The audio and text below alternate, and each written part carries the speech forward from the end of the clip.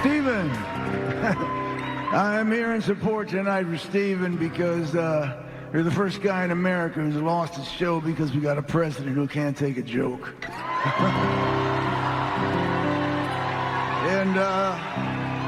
And because Larry and David Ellison feel they need to kiss his ass to get what they want. So these are... Anyway, Stephen, these are small-minded people. They got no idea what the freedoms of this beautiful country are supposed to be about. This is for you. Ay, God. The boss, Bruce Springsteen, last night, and Robert De Niro. I'm like sad and mad all over again about Stephen Colbert. What a huge loss. I think he's going to make the best of it, and he's going to come out okay. I mean, there's no question, but it's just, it really is, if he's the first person to get fired for making a joke about Trump, it's just insane to me. Also, and he's such an epic talent. Yeah, late night is kind of dying. Yeah, well, the business model. The business model is dying. I got started killing it in 1995, and I take credit. How many people started a late night show the year that you started? Because that was the year that, like, a lot of people started. Yeah. There were a million. When Arsenio left, it was all the people trying to. I was actually on Arsenio's stage with a lot of his staff. Yeah. They were just hoping people wouldn't notice I was a little lame white lady. I had a. So nobody went hoo hoo hoo hoo. No. Oh no. In fact, nobody. What was I saying? Oh. Yeah, but I got into that with Jamie Harrison. Thank you, by the way, for all your nice compliments about my appearance with Jamie Harrison. I just love him. I love our former chair. But we got into a whole conversation. It just started about Kamala, but also about Hillary, about how, it was just sort of a given that, women, you can't try again. Like or we can't ever run a woman again. And I just was, I dipped into my personal well of bitterness, as I do, Chris. No, I mean, that's your... No, that's your forte. But I'm just saying, sorry, but misogyny's kind of a given. It's kind of baked in, I think. That I was just telling the story about, I had double... Jon Stewart he was the one right before me that they tried when Arsenio left. And that show failed terribly. I had double his ratings. Yeah. But first of all, I'm really glad he got another chance because look at the career he went on to. Yeah. I just wish that everybody would, and there weren't, especially going into this presidential election, Chris, that like we always talk about. I just wish we didn't have to worry about misogyny, racism, homophobia, anti-Semitism when we're choosing who the best person is. But we do, and we have to work within the system that we have. We have to work within the system we have, not and work towards a system that we want. Right. But anyway, and I was saying at the time, I had the same ratings as Conan O'Brien. I'm glad he got all the time he got because he had a great career as well, and still, and still does. So your late night show was successful? Pardon? Your late night show yes, it actually, I know it's little remarked upon, but yes. Wow, I never knew that about you. I got great reviews. I personally got great reviews, but I was saying when I tried to get a manager after that, I'm thinking, the world's my oyster. I'm going to get a, series or a film or whatever. And the manager said literally everywhere they went in Hollywood, they said, no, she had her shot. She's done. And so you came crawling back to talk radio. Exactly. That's why I'm in my basement. I had to build my own thing.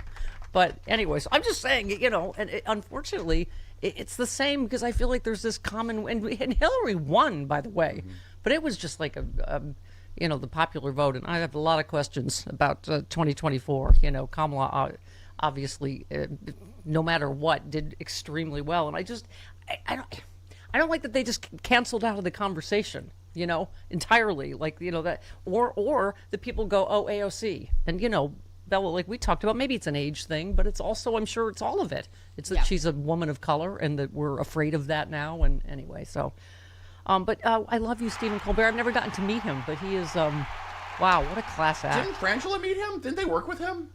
Yes, we'll ask Francis on Friday. It's Second City, right? Second City. Francis worked with him, and just said the same thing everybody says. Yeah. He's just a lovely human, which is just another loss. He's just a huge talent. And as I was saying to Jamie on this podcast, late night comedians are doing the best journalism in America. That's why Trump hates them so much, because they are so effective. And morning radio comedians. Yeah, yes, and us. You and I both watch morning shows, and I just have come to the conclusion they all suck, and that's why we still have a career. No offense to anybody. They trot out that sports guy, Pablo. What's his name? I'm like, oh God, I can't. You and I are just looking for news. We just need to know what's the breaking news. Talking about sports, and they really only focus on Northeastern sports, like Boston and New York. I don't give a crap about that at all. Sorry, now I'm mad. Okay, all right, and you know what I think has no value? That know your value segment. I'm sorry. If you're going to kiss the ring at Mar-a-Lago, you can't tell women to know their value. I'm just okay. All right, I got all that out of my system. Malcolm Nance is okay. Not a fan of Mika? No, I like her personally. We've had her on this show. We've had her on, and she's lovely. You know what it is? It's the whole corporate structure that has ended in Stephen Colbert's cancellation and yada yada. It's this kissing the ring and bending, and they bending the knee. They took over our time slot on MSNBC. Yes, and that was our show. That was another one of my disastrous failure stories. Although we did really well. We were already told. I don't know what our ratings were. We were told that we were pre-fired. Yeah. Because they were going to hire Scarborough because they had to pay off his contract anyway. Right. Remember? Yeah. So it didn't matter how well we did. I mean, do you know what ratings we had? I have no idea. I know. I think we did very well. Everybody thought we were going to get it. This is the Morning Joe slot. Bella, this is when you were. When Don Imus was fired. Were you born? You were born for saying something racist. Yes. Right. They said, "Hey, can you come in, fly to New York, and do the show for a few days while we get our bearings?" Yeah. Right. What year was that? That was. We did it for what? 4 days. We did it for a week. No, we did it for 3 days. Oh, 3 days. 3 days. But we were pre-fired. They told us that. Yeah. They were already because Scarborough. Oh, to my point about misogyny. Oh. He had an evening show that failed. Scarborough Country. It got canceled. And so that's when he was still right wing. And so they gave him the morning, the 3-hour morning show. I was like, wait, what? How did? Okay. Yeah. Wow. Bella, I'm gonna have a feminist frenzy this morning. As you should. If you'll join me. Yeah. It's not fair. Yeah. Well, poor me. I'll call my own ambulance. There was more testosterone on that set than there was estrogen. Jim and I were there. Jim Ward was hilarious. Yes. People got to see him do Darth Vader into the coffee cup. Yes. It was hilarious. That was before we were even on like any webcams or anything like that. So that was the first time people actually saw us. Chris looked like Cindy Brady. Did you ever see? He was like so scared because he was really not scared. young. You made me make that face. Well, do the Cindy Brady face. I sweated like a pig. I was. Oh my God, Bella, you didn't know about this. Okay, on the first day that we were on, she was wearing this like lavender sweater thing. Oh. Well, it's like under bright TV light for 3 hours. Anytime she would raise her arm a little bit, just a big pit of sweat. Oh. And people were calling MSNBC asking if she was okay. Is she having a stroke? Yeah. Yeah, I literally was Albert Brooks, and that's probably where they got the idea. Yeah. For broadcast news. Yeah, and then remember the guys in the control room with me? Remember they made it worse? They photoshopped him. I was like, stop it. Yeah, then I just had lakes underneath. Yeah. So the second day that we were on, we had to get pads to put on. Good. Yeah, good move. Hey, I sweat a lot. I do too. That's why I wear black. That's why I wear black. It probably doesn't work anymore, but I think I still have some of the antiperspirant people sent me that was like industrial strength. Yeah. Because someone sent me like a box of this like made of pure silver. Yeah, I've probably poisoned myself many times over. Just completely sealed my glands in my. Antiperspirant never works. No, it doesn't. It doesn't. Okay. Anyway, hey, we have a big show. We found Malcolm Nance. We are relieved he is safe. He will join us today. He's in Greenland, and we couldn't. His Wi-Fi wasn't working. And he's going to be at a huge protest in Nuuk, Greenland today against the gigantic consulate that the U.S. is opening. Yes, and Carl Frisch and Dr. Redlener and L.A. Mayor Karen Bass. And that's terrific Bass. Yeah, it is terrific Bass. She should use that in one of her ads. It would hit our demographic, my demographic anyway. For people that remember, she should have Dan Aykroyd do. That's terrific Bass in an ad. No, it was Lorraine Newman that said that. Really? I think Dan Aykroyd also said it. Dan Aykroyd was doing the Bassomatic 2000 bit, and then she takes the drink. She takes it. She's the sidekick, the infomercial sidekick. And she says, that's terrific Bass. All right, Lorraine Newman. Hey, don't you know her daughter? You went to Chapman with her daughter from Hacks. Well, let's get this hooked hooked up. We weren't there up. at the same time. We've had Lorraine Newman on this very program. Okay, let's get this hooked up. Let's get her to do a Karen Bass ad. Hannah was way before my time. She was like, oh my God, can I say the new season before me? Of Hacks is so fantastic. I've said this before. It is so We're fantastic. Just bouncing around. in this first segment. It's because Well, I'm I don't leaving. have my threads yeah, yet, yeah, so it's I'm her last day. all right. Yeah. Not- Hey! Not last day, but Before Bella, vacay. yeah. are you going to survive? Because you're going to be gone next week, and I'm going to be gone the week after that, so you're not know. going to see me. I know, for 2 do you need whole me weeks. Do you need me to go with you for a couple of days on vacation? Maybe I could take a picture and put it in my helmet. Like, yeah. What do you mean helmet? What's that? Like I'm going off to war. Yeah. Oh. You know how they used to do? Like letters from the Civil War. Yeah, sure. Okay. Or she'll be on the train waving goodbye to you, and you'll be Yes. running along the platform. Yes. Goodbye. Write to me, honey. Just like running. I'm running into the poles. Yeah. Clank, clank. Does anybody Goodbye. have a Clank. gold locket? Maybe Yeah, I can put yeah. a picture I'm gonna of Steph in helicopter. there. I'm gonna helicopter mom you your entire vacation. Please don't. Okay. We like her here. She's allowed to No, take time I am off. logging out of every Yes. email account. Jerry. You've warned her how clingy I am. She knows. Am I going- believe I've been here. Am I me, going- she I've been here for a knows. year now. It's She Am I knows. going to Nebraska with you? I No. want to cheer Nick on. No. Nobody asked me to do anything. Okay, so by the way, so all right, I have some threads and stuff, some comments on stuff that Carlos and I talked about, and I thought, we went to our discussion about the mayor's race before the show. Here is Chris, you and I have been doing this a long time, and I kind of sniff out callers that I feel like might be, I don't either paid or whatever on whatever side. And the only thing I care about is misinformation. And this caller was saying it was a pro Steyer call. I mean, there's obviously been a lot of talk about that he's paying for influencers and stuff. They've had to reveal it now. They've had to have to legally, because he got sued, he has to say.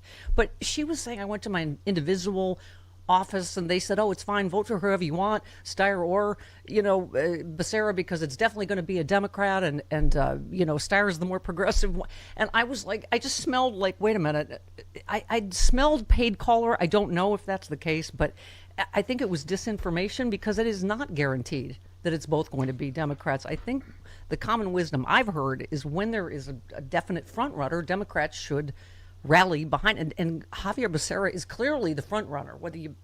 Whatever you think of that, he clearly is the front runner. So I just was a little. Here's the thing: we've talked about this. You've talked about liking Steyer. I obviously am unabashedly for Karen Please don't Bass. tell people that, because then I'll get another avalanche of email. Well, no, hate you've email. just expressed nice. I I've am said not. nice I things. am not interested in talking about that anymore. Okay, but I've said nice things about Thom Steyer in the past. I've worked with him. I'm not. So that's what I'm saying. Is what do you call it? Bella has talked about. I'm sorry. I was Nithya. gonna. Yes. Nithya Yeah, Raman. Raman. Yeah. Ramen, yeah. I'm Yes. sorry. Don't mean to get her No, name yeah, wrong. yeah, yeah. But anyway, my point is, I just feel like we need to make clear, Chris, that whoever on this show is welcome to their opinions on whatever. No one now or in the history of the show has ever been paid. And I think it's important to say that, because there's a lot of that going on online. None of us have gotten paid. I wish. Yeah, right? I wish. No, but seriously, to support anybody, we're just expressing our opinions. And you can agree with them or not agree with them or whatever. Yeah, it's a political talk show. It's a progressive Yeah. political talk And when show. people- We're if going to you- talk about politics. Yeah, and when people have asked me about endorsements, I'm like, I don't endorse. Who gives a Has crap? anybody asked for your Right, who endorsement? gives a crap Yeah. what I think? I'm just another person that expresses my views. But anyway, I just think it's important because of all Yeah. that out there. Nobody has ever gotten paid on this show Yeah. to express an opinion. It's everybody's opinions are their own. And, Yeah. I think a lot of people, too, don't realize how much of this debate is happening in California as well. Right. Especially online, especially with people who I talk to. People still don't know who they're voting for. Right. It's a very weird time. This is a Yeah. very weird election on, the city scale and on the state scale. And because of our size and also everything, I think it is becoming a national debate. I Yes, mean, it obviously is. they're It talking is. about the mayor's race and the governor's race, and Yeah. nationally because Yeah. because we're the best, because we're big. Because you know what, we'll melt your popsicle. But California girls. people are having it's really crazy seeing what people have to say online, because people in comment sections are like, well, I'm gonna vote for Steyer. Well, I'm gonna vote for Becerra. Well, what about Ramsey Robinson? And it's just going like that dude. Like It's what? just what It's just it's crazy. Like Yeah. people. I just don't want to put out conversation. disinformation. And I think that caller was putting out some disinformation that and a lot, as we've said, anyone with an opposable thumb can call a radio show. So it's hard to fact check sometimes in real time. But anyway, all right. So big show today. Carl Frisch, Dr. Red Leonard, Mayor Bass, and Malcolm Nance all on the big shoe. 20 minutes after the hour this morning. Oh, hi, Bob. That's an Audit Ballroom shirt you're wearing on your massive manly chest that you sell at bobseska.com, correct? Yes, absolutely. I started a new Zazzle store. I don't know even what that means, but yeah, in the Zazzle store for the show, we sell Audit Ballroom shirts because we mean it. There should be an audit of ballroom, and it should happen now. And also add to the list with the reflecting pool and all these other ridiculous cash grabs. Audit arch. Bob, you're Arch absolutely also. right. It's all of these vanity projects. Like I was saying, we're not being governed. We're being looted every single day by every single member, he and his whole cabinet and family. I mean, and by the way, we always have to start a sentence with, I'm not a conspiracy theorist, but this was him talking about the ballroom. It's built for snipers. Because of the height, we get a very clear view of everything all over Washington. The drone port on the roof will be set up for an unlimited numbers of drones, military drones and snipers operating from the roof of the White House with a view all over Washington. Tell me who Trump plans to target. Who are those snipers aiming at? Who are those drones going to be used on? Meanwhile, the new quote-unquote ballroom is an impenetrable fortress for Trump to hide inside. I mean, is this not alarming? It is. It's quite alarming. Yeah.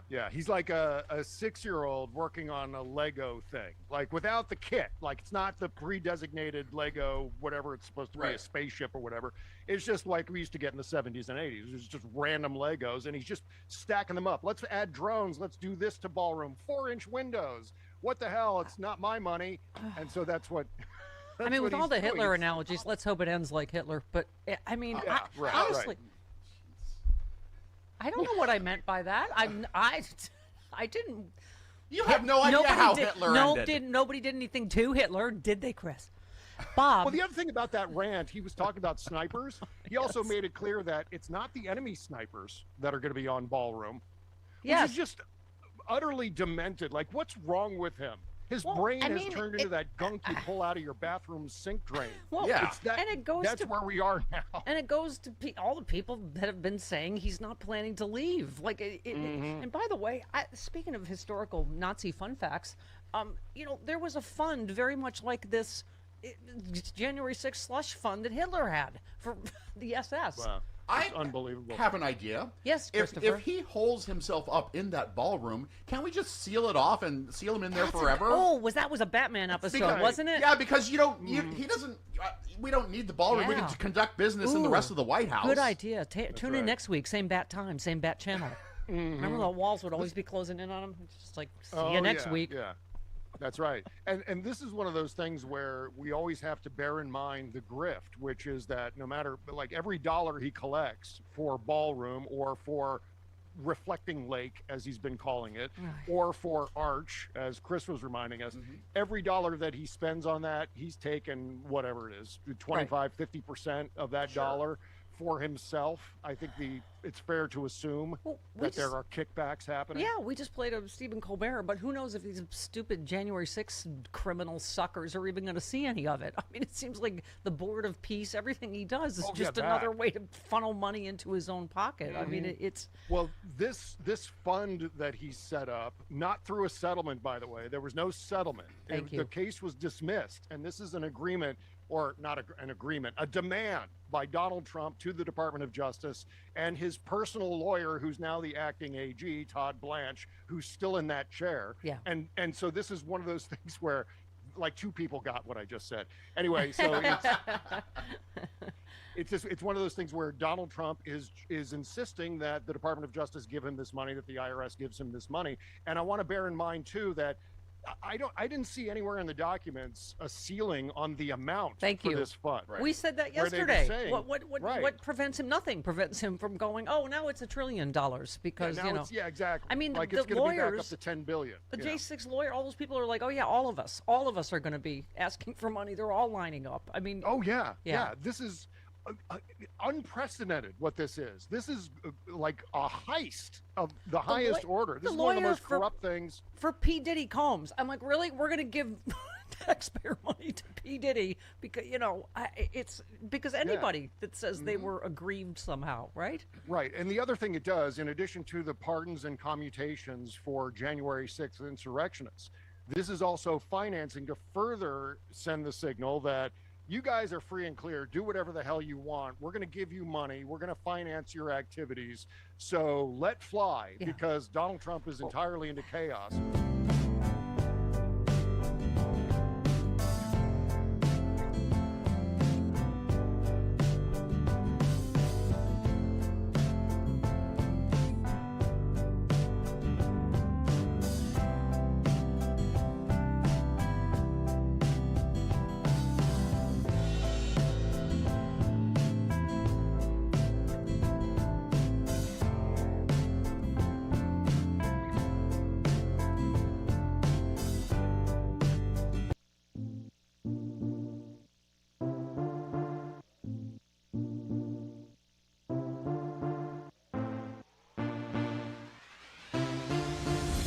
Stephanie Miller. I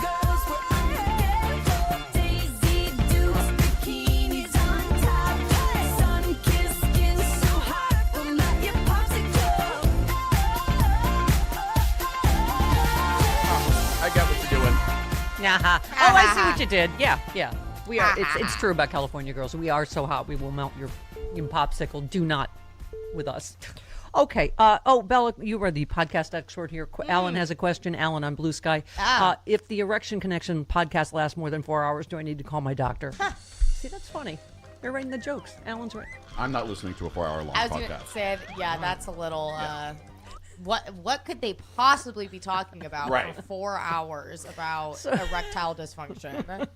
Yeah, you can't get it up. Okay, that's it. Yeah. So that Yeah, covers 4 seconds. Now what? Right. Okay. It seems like that programming's a little soft. Chris, Yes. thank you for your pity laugh, Bella. I will take whatever kind I can get at this point. You're not getting that from me.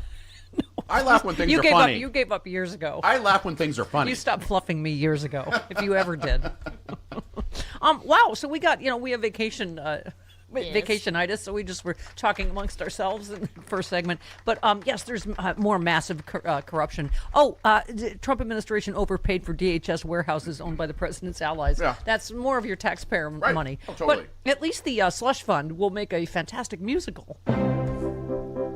I struck a cup with a big flagpole and I need cash now. Use DJT slush fund 877 cash home. I took a crap in the Capitol and I need cash now. Use DJT slush fund 877 cash home. 877 cash home. If you are a psycho, they'll help you too. Stolen taxpayer cash they will give to you. If you're a violent felon and you need cash now, use DJT slush fund 877 cash home. Hey, it's not your cash, but Use DJT slush fund 877 cash home.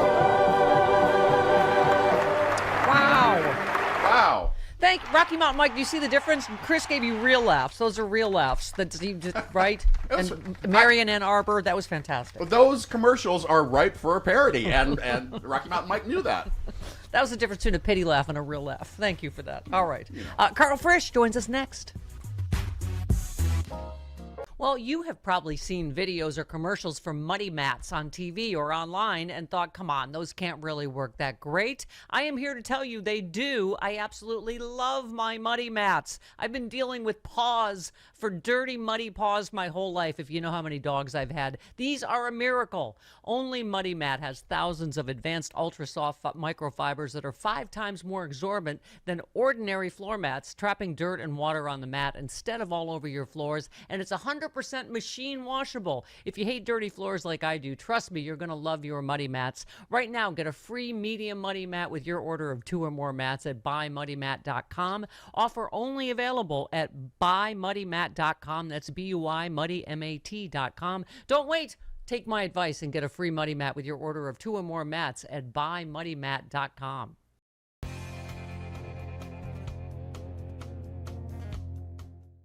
Hi, and welcome back. Just 976 days left to go in our countdown to liberty. Today, Donald Trump told us that if Jesus Christ came down and counted the votes, he'd win California, but it's a rigged election and the Hispanics love him.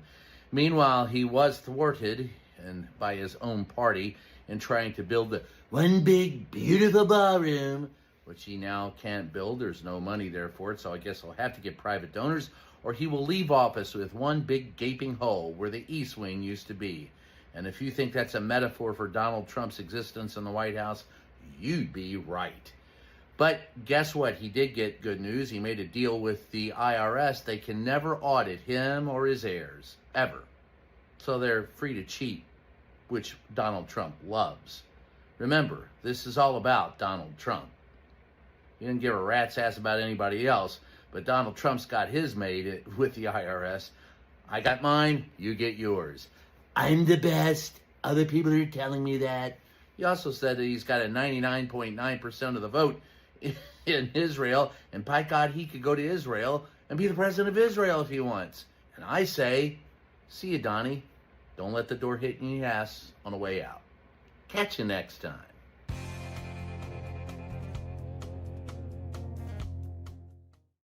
At the Political Voices Network, we're built around one idea, that an informed audience is a powerful one. But staying truly informed is harder than ever when every outlet covers the same story in a completely different way, and that gap is being used to divide us. That's why we partnered with Ground News, a website and app that pulls thousands of articles daily and organizes them by story, with visual breakdowns of political bias, factuality ratings, and outlet ownership all in one place. Here's how it works. Pull up any story, and right away you can see how many left, center, and right outlets are covering it. Scroll down and the headlines light up side by side. The framing differences are impossible to miss.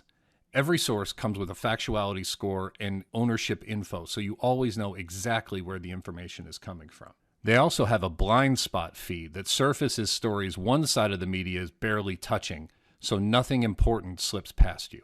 Knowledge is the antidote to spin. Ground News helps you get there. Subscribe today at ground.news/PVN or scan the QR code on screen for 40% off the Vantage plan, exclusively through that link.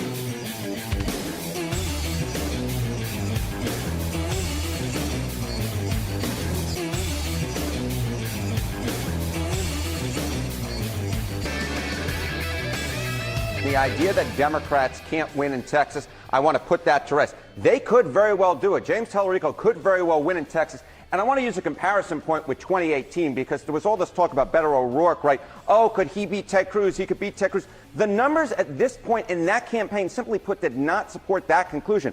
But the numbers at this point absolutely support the conclusion that James Tallarico can win. Yeah. Wow. Harry Hinton. I'm sorry, I'm still stuck on that Ted Cruz was ever popular with anyone. Really? He won the election. Oh. So he was. All right. Carl. Bewildering. Carl Frisch, let's talk to our fancy Fairfax County School Board friend, shall we? CarlFrisch.com. Hiya, Carl. Good morning. And you know, he was reelected after he went on vacation. Right. Oh, God. During the snowstorm. Yeah, while they were, and he left his poodle to freeze, which, okay. Not sure which demographic he appeals to, but okay. Hi, good morning. The very large Kristi Noem demographic. Yeah, right. Right. Right. So I mentioned this, Carl. I lightly touched on it. There's obviously all this talk about the slush fund. You know, we're going to try to get our friend Harry Dunn on, who's suing, as he should. But this is just, this is why stuff goes under the radar, because it is such a massive amazing amount of corruption, right? The Department DHS spent millions in taxpayer funds, speaking of Christy Thom, to purchase property for warehouses owned by investors with close ties to Trump. DHS spent $1 billion in 2026 to buy warehouses to house detained immigrants. In multiple cases, they paid a price far higher than a warehouse's market valuation, often on properties that have been up for sale for years. These warehouse sales are effectively acting as a vehicle for these institutions to sell otherwise distressed assets and profit from taxpayer-funded investment. DHS paid up to 1,000% markup on some of these warehouses. The investment company gave large donations to Republican congressional groups. One of the directors was on the board of one of Trump's companies. ICE didn't necessarily want to be using warehouses. The plan came from folks very close to the White House who were sitting on properties that were causing them losses every year. The decision was made to buy them at taxpayer expense. One last analyst, even though these warehouses haven't been converted yet, Wall Street institutions have already cashed in. The reality is that other Trump-connected individuals are already profiting off ICE detention facilities with inhuman conditions. It is just, you can't, it is impossible to keep up with it all. Again, all taxpayer money. It really isn't that impossible because all you have to do is assume that there's grift and graft going on in everything. Right. And that if you do, it used to be 6 degrees of Kevin Bacon. At this point, it's 6 degrees from the Trump family profiting somehow. Yeah. Maybe not even 6. But it seems like for once there's some real anger, and even on a bipartisan basis, if only because Republicans know how this is pissing taxpayers off that are paying more for everything. Right. Not only are they paying more, but they're being told that there's not enough money for their health care or for, helping everyday people in the economy. So all of these things we don't have enough money for. Cutting, money for public education, cutting money for higher education, cutting money for job training and every other thing that could actually help people get ahead in this country. And yet we have enough money for pointless war. We have enough money for, the slush fund. We have enough money to ingratiate all of the donors to the Trump political apparatus. And Carl, they just keep moving the goalposts for Trump. So Todd Blanche claimed people that hurt police get money all the time in a wild defense of the... So that's okay now? Like I can't, he said, just to be clear, people that hurt police get money all the time, okay? There's a process where, if you believe you've had your rights violated, you can apply for funds, you can sue, you can file a claim, you can go to court, blah, blah, blah. It's abhorrent to ever touch a law enforcement officer, which is why anytime anyone does that, it's a federal officer will prosecute them. But that's a completely different question with whether an individual is allowed to apply for a claim. What a bunch of and they will prosecute them.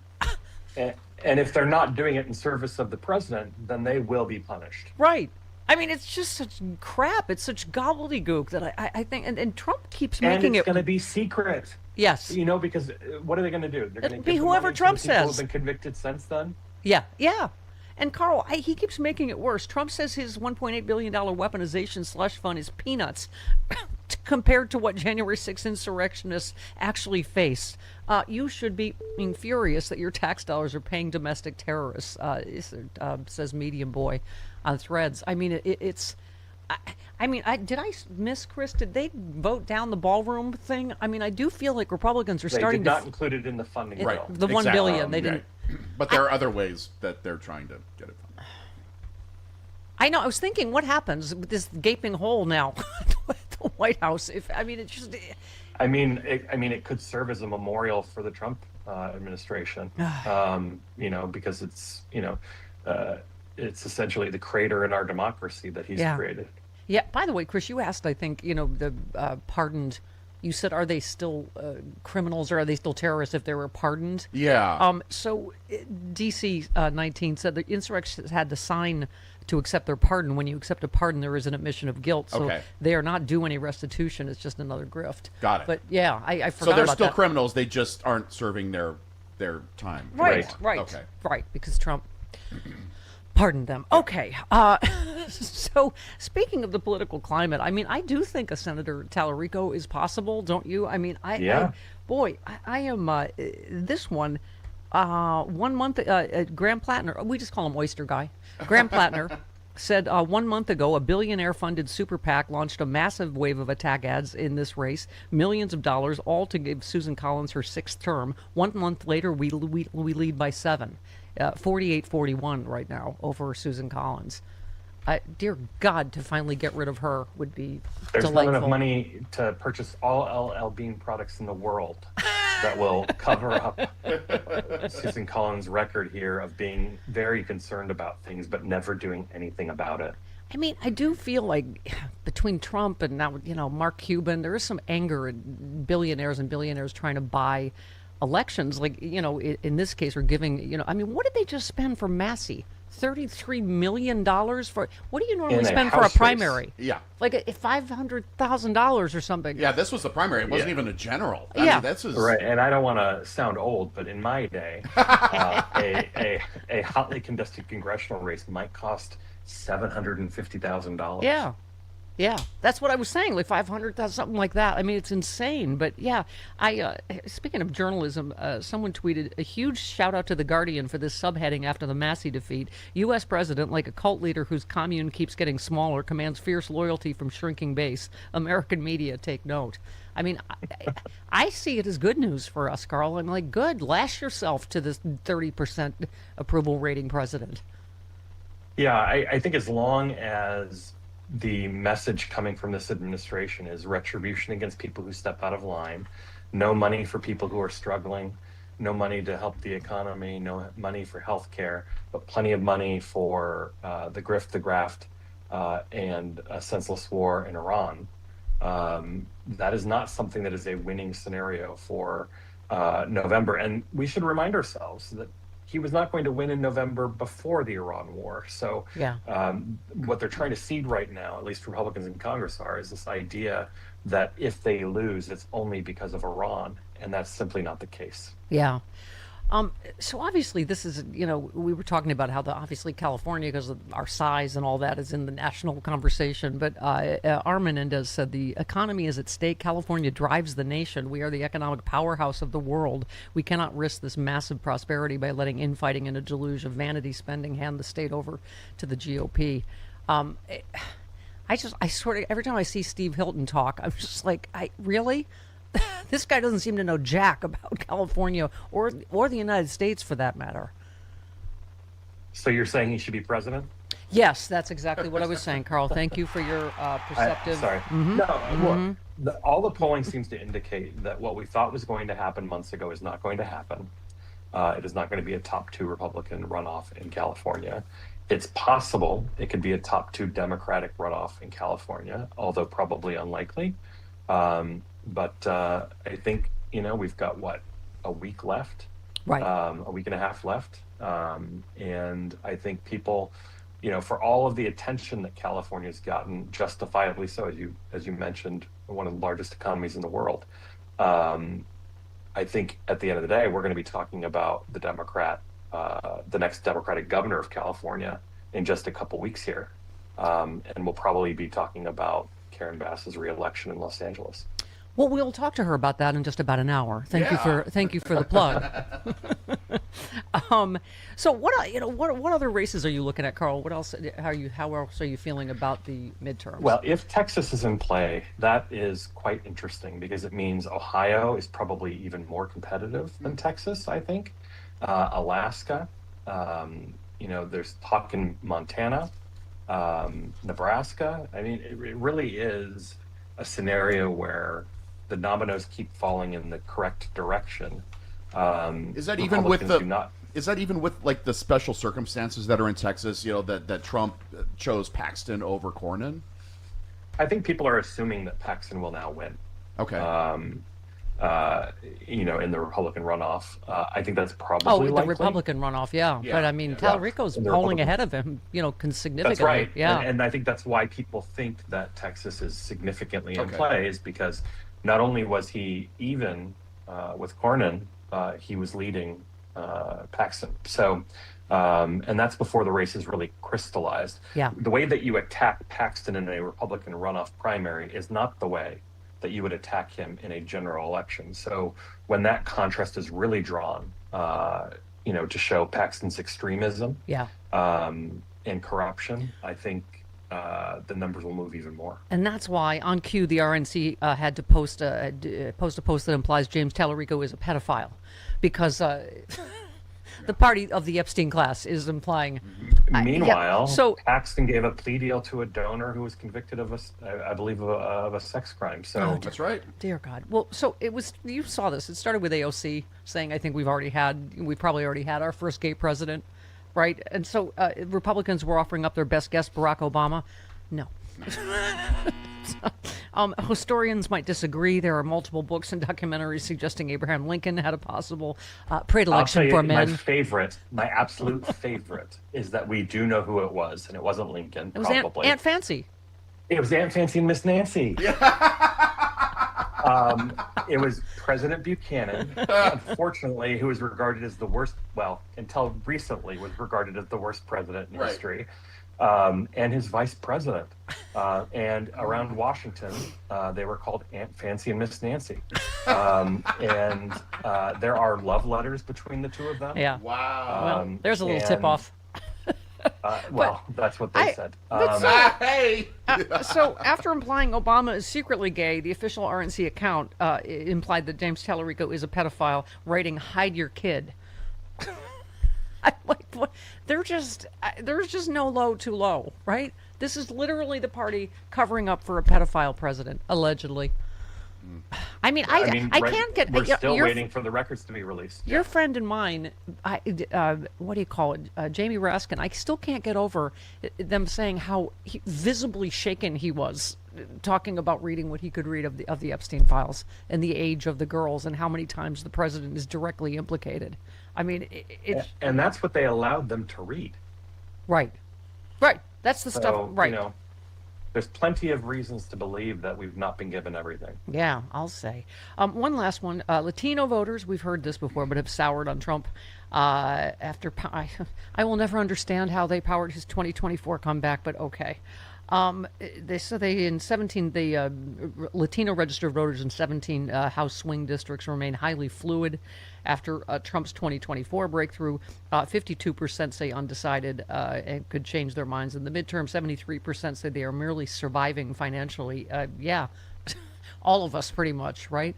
I mean, the only explanation I was given is the somehow macho something thing, Latino men. I don't know.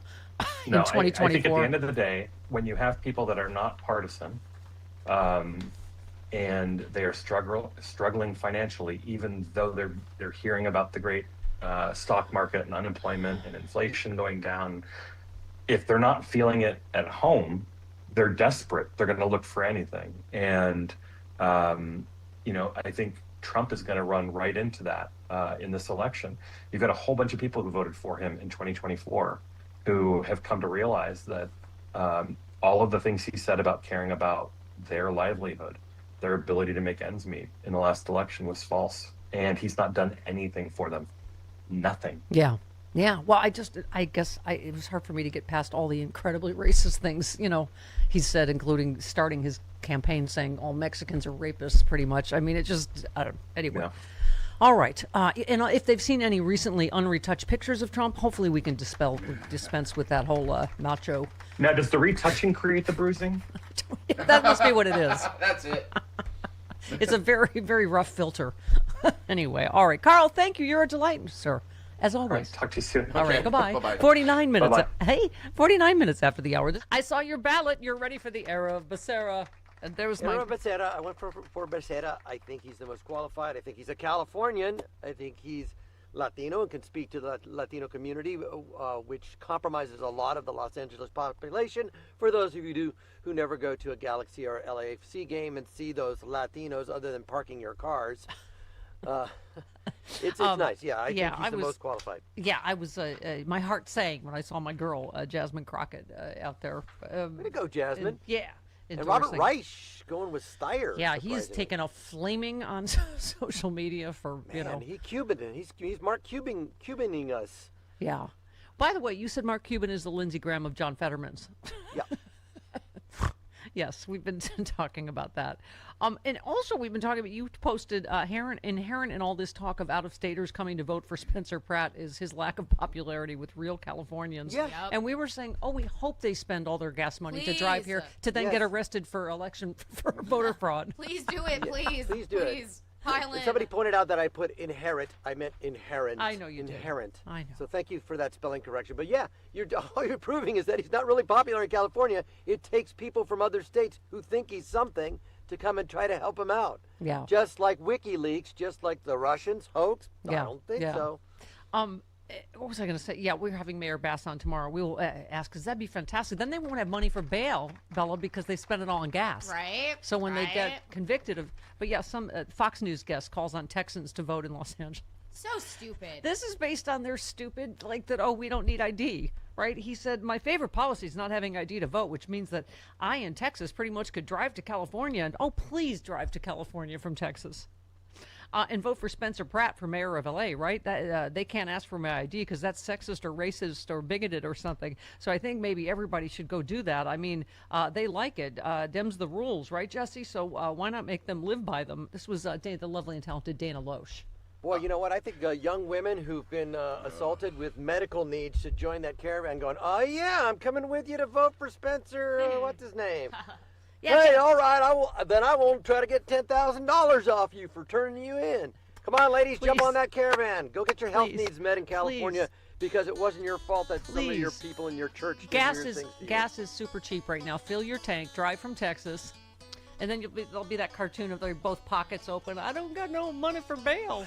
And What a do you- fly comes out. What do you? And a fly comes out. What do you mean election fraud? What I do?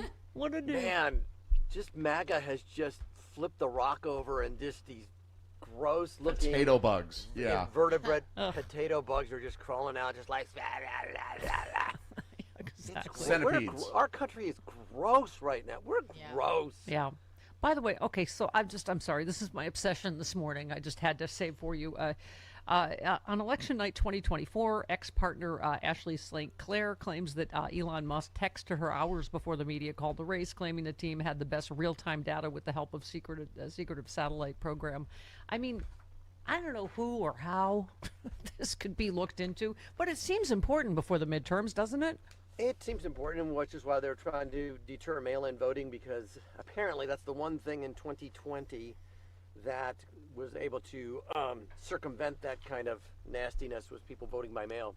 Yeah. So that they could not alter the machines per se. But yeah, I don't know. I'm not a conspiracy guy, but now they're trying to use the post office to f with mail-in balloting and yeah, and then by saying that even though it's postmarked before the election, if it doesn't get there, right. It's like I don't know what WB cartoon. I'm off to deliver the mail. So I was mentioning this earlier. It really is like 1 degree of Nazi separation. Wajahat Ali posted, fascinating how the Trump administration always gets its inspiration from the Nazis because it is always springtime. Springtime for Trump and America.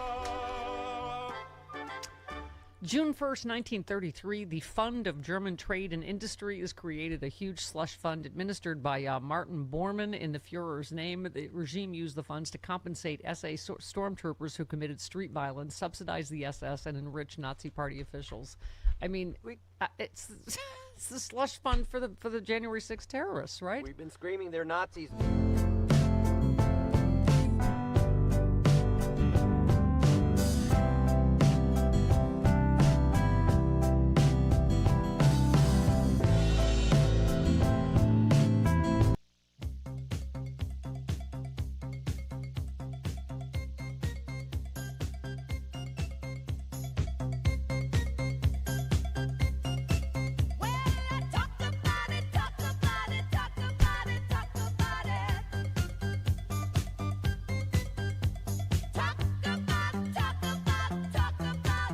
Stephanie Miller. Yeah, do it. Let's make it about me. Karen in Chicago, hello. Hello, good morning. Hi.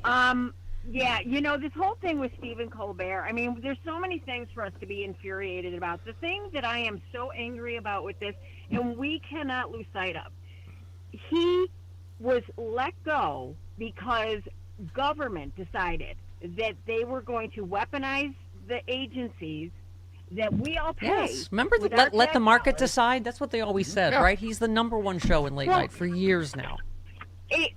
Exactly. So we can't, there's no caveats about this.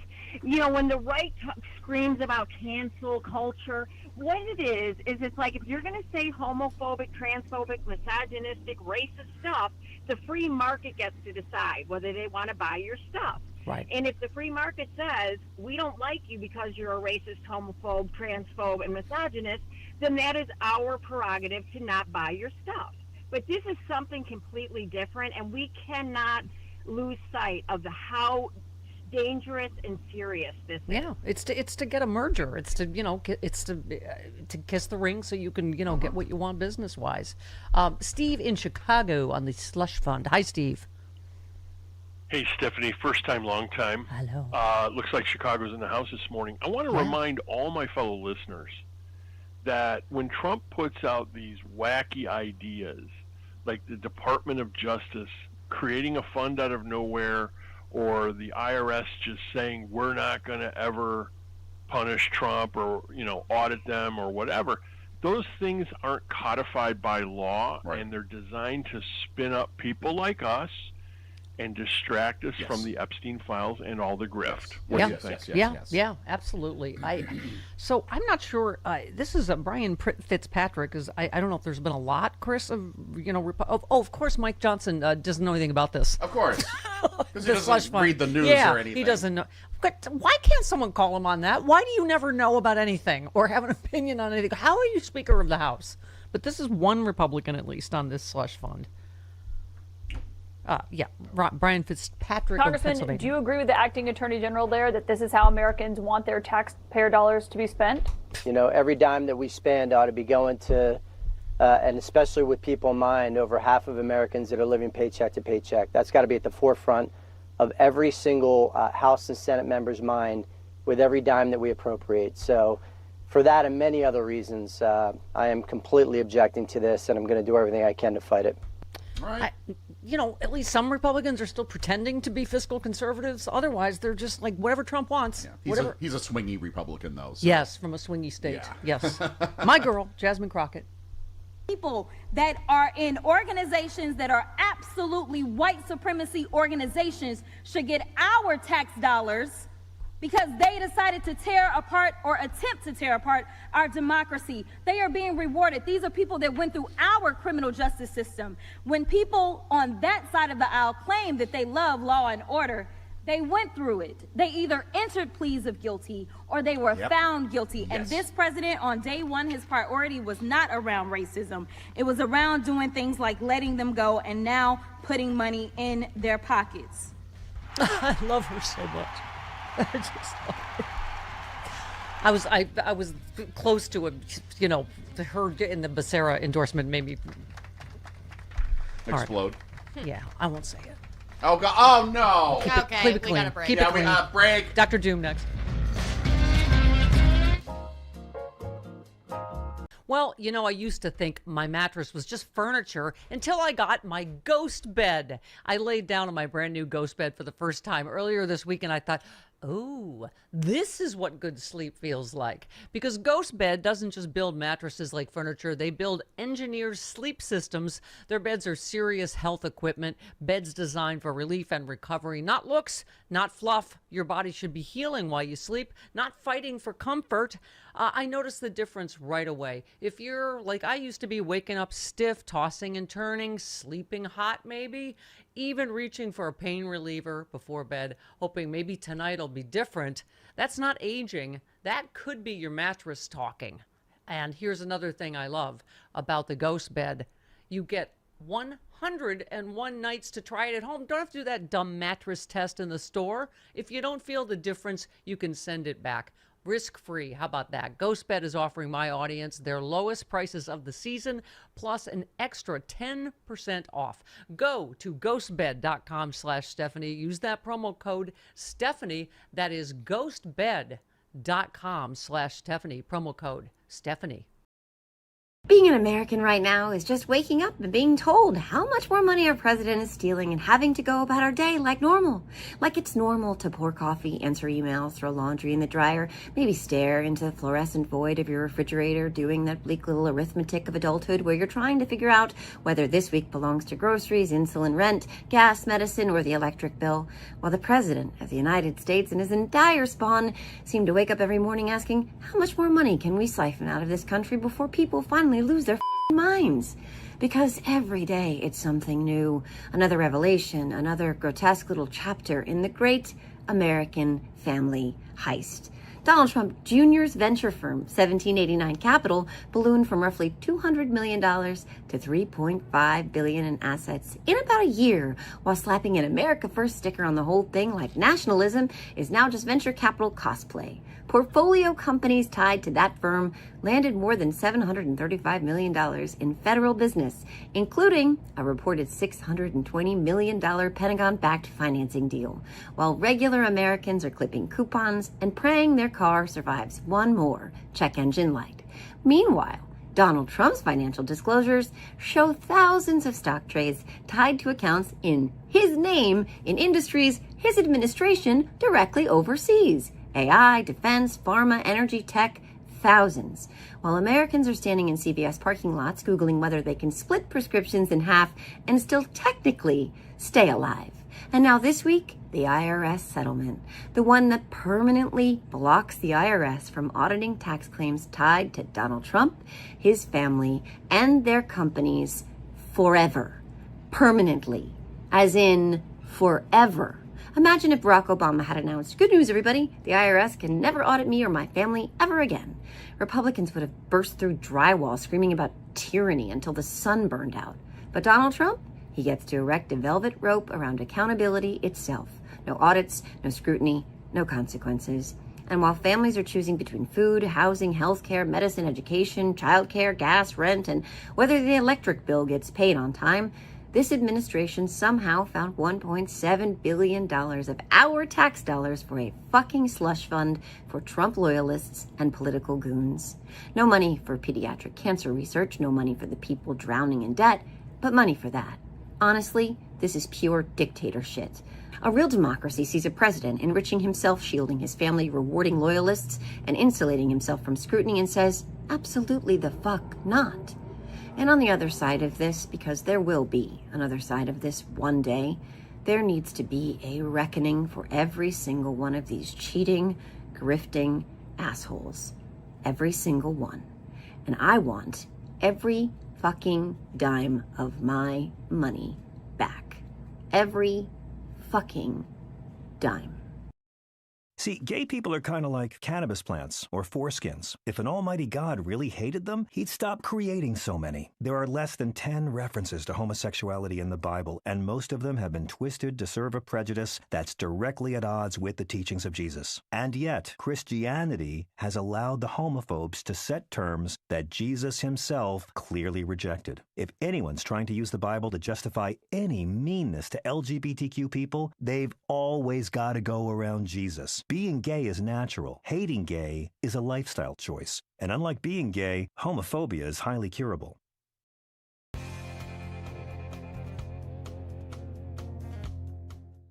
Hi, and welcome back. Just 976 days left to go in our countdown to liberty. Today, Donald Trump told us that if Jesus Christ came down and counted the votes, he'd win California, but it's a rigged election and the Hispanics love him. Meanwhile, he was thwarted and by his own party in trying to build the one big, beautiful ballroom, which he now can't build. There's no money there for it, so I guess he'll have to get private donors, or he will leave office with one big gaping hole where the East Wing used to be.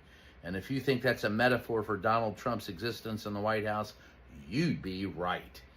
But guess what? He did get good news. He made a deal with the IRS. They can never audit him or his heirs, ever. So they're free to cheat, which Donald Trump loves. Remember, this is all about Donald Trump. He didn't give a rat's ass about anybody else, but Donald Trump's got his made with the IRS. I got mine, you get yours. I'm the best. Other people are telling me that. He also said that he's got a 99.9% of the vote in Israel, and by God, he could go to Israel and be the president of Israel if he wants. And I say, see you, Donnie. Don't let the door hit you in the ass on the way out. Catch you next time.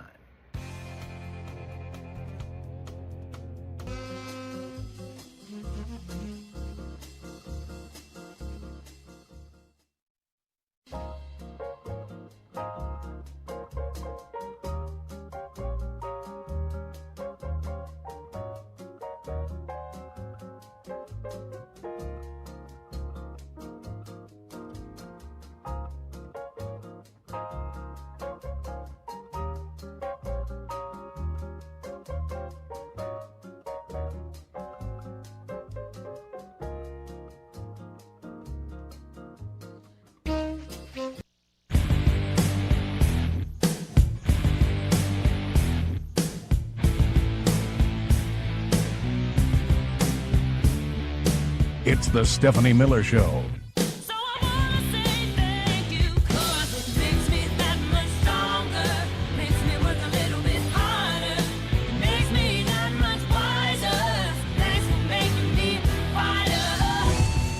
What number were you thinking of?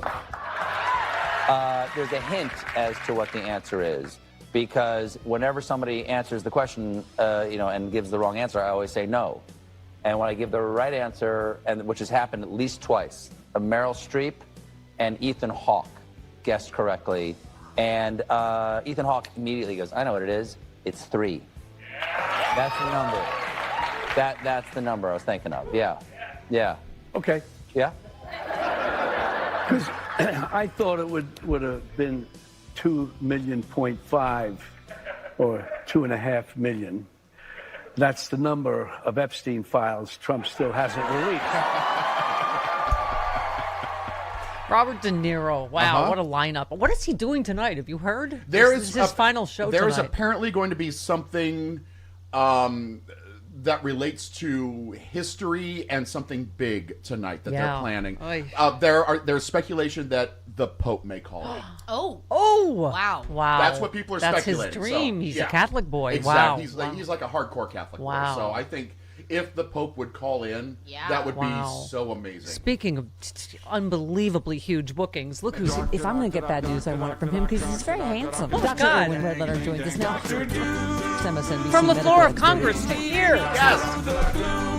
Dr. Erwin Redletter. Here he became Dr. Doom. Dr. Erwin Redletter is the founding director of the National Center for Disaster Preparedness and senior research scholar. You know, Doc, whenever I see you in your extremely fancy settings on television or in Congress, I'm like, I can't believe he does my show. Right, I know. And he's funny. Exactly.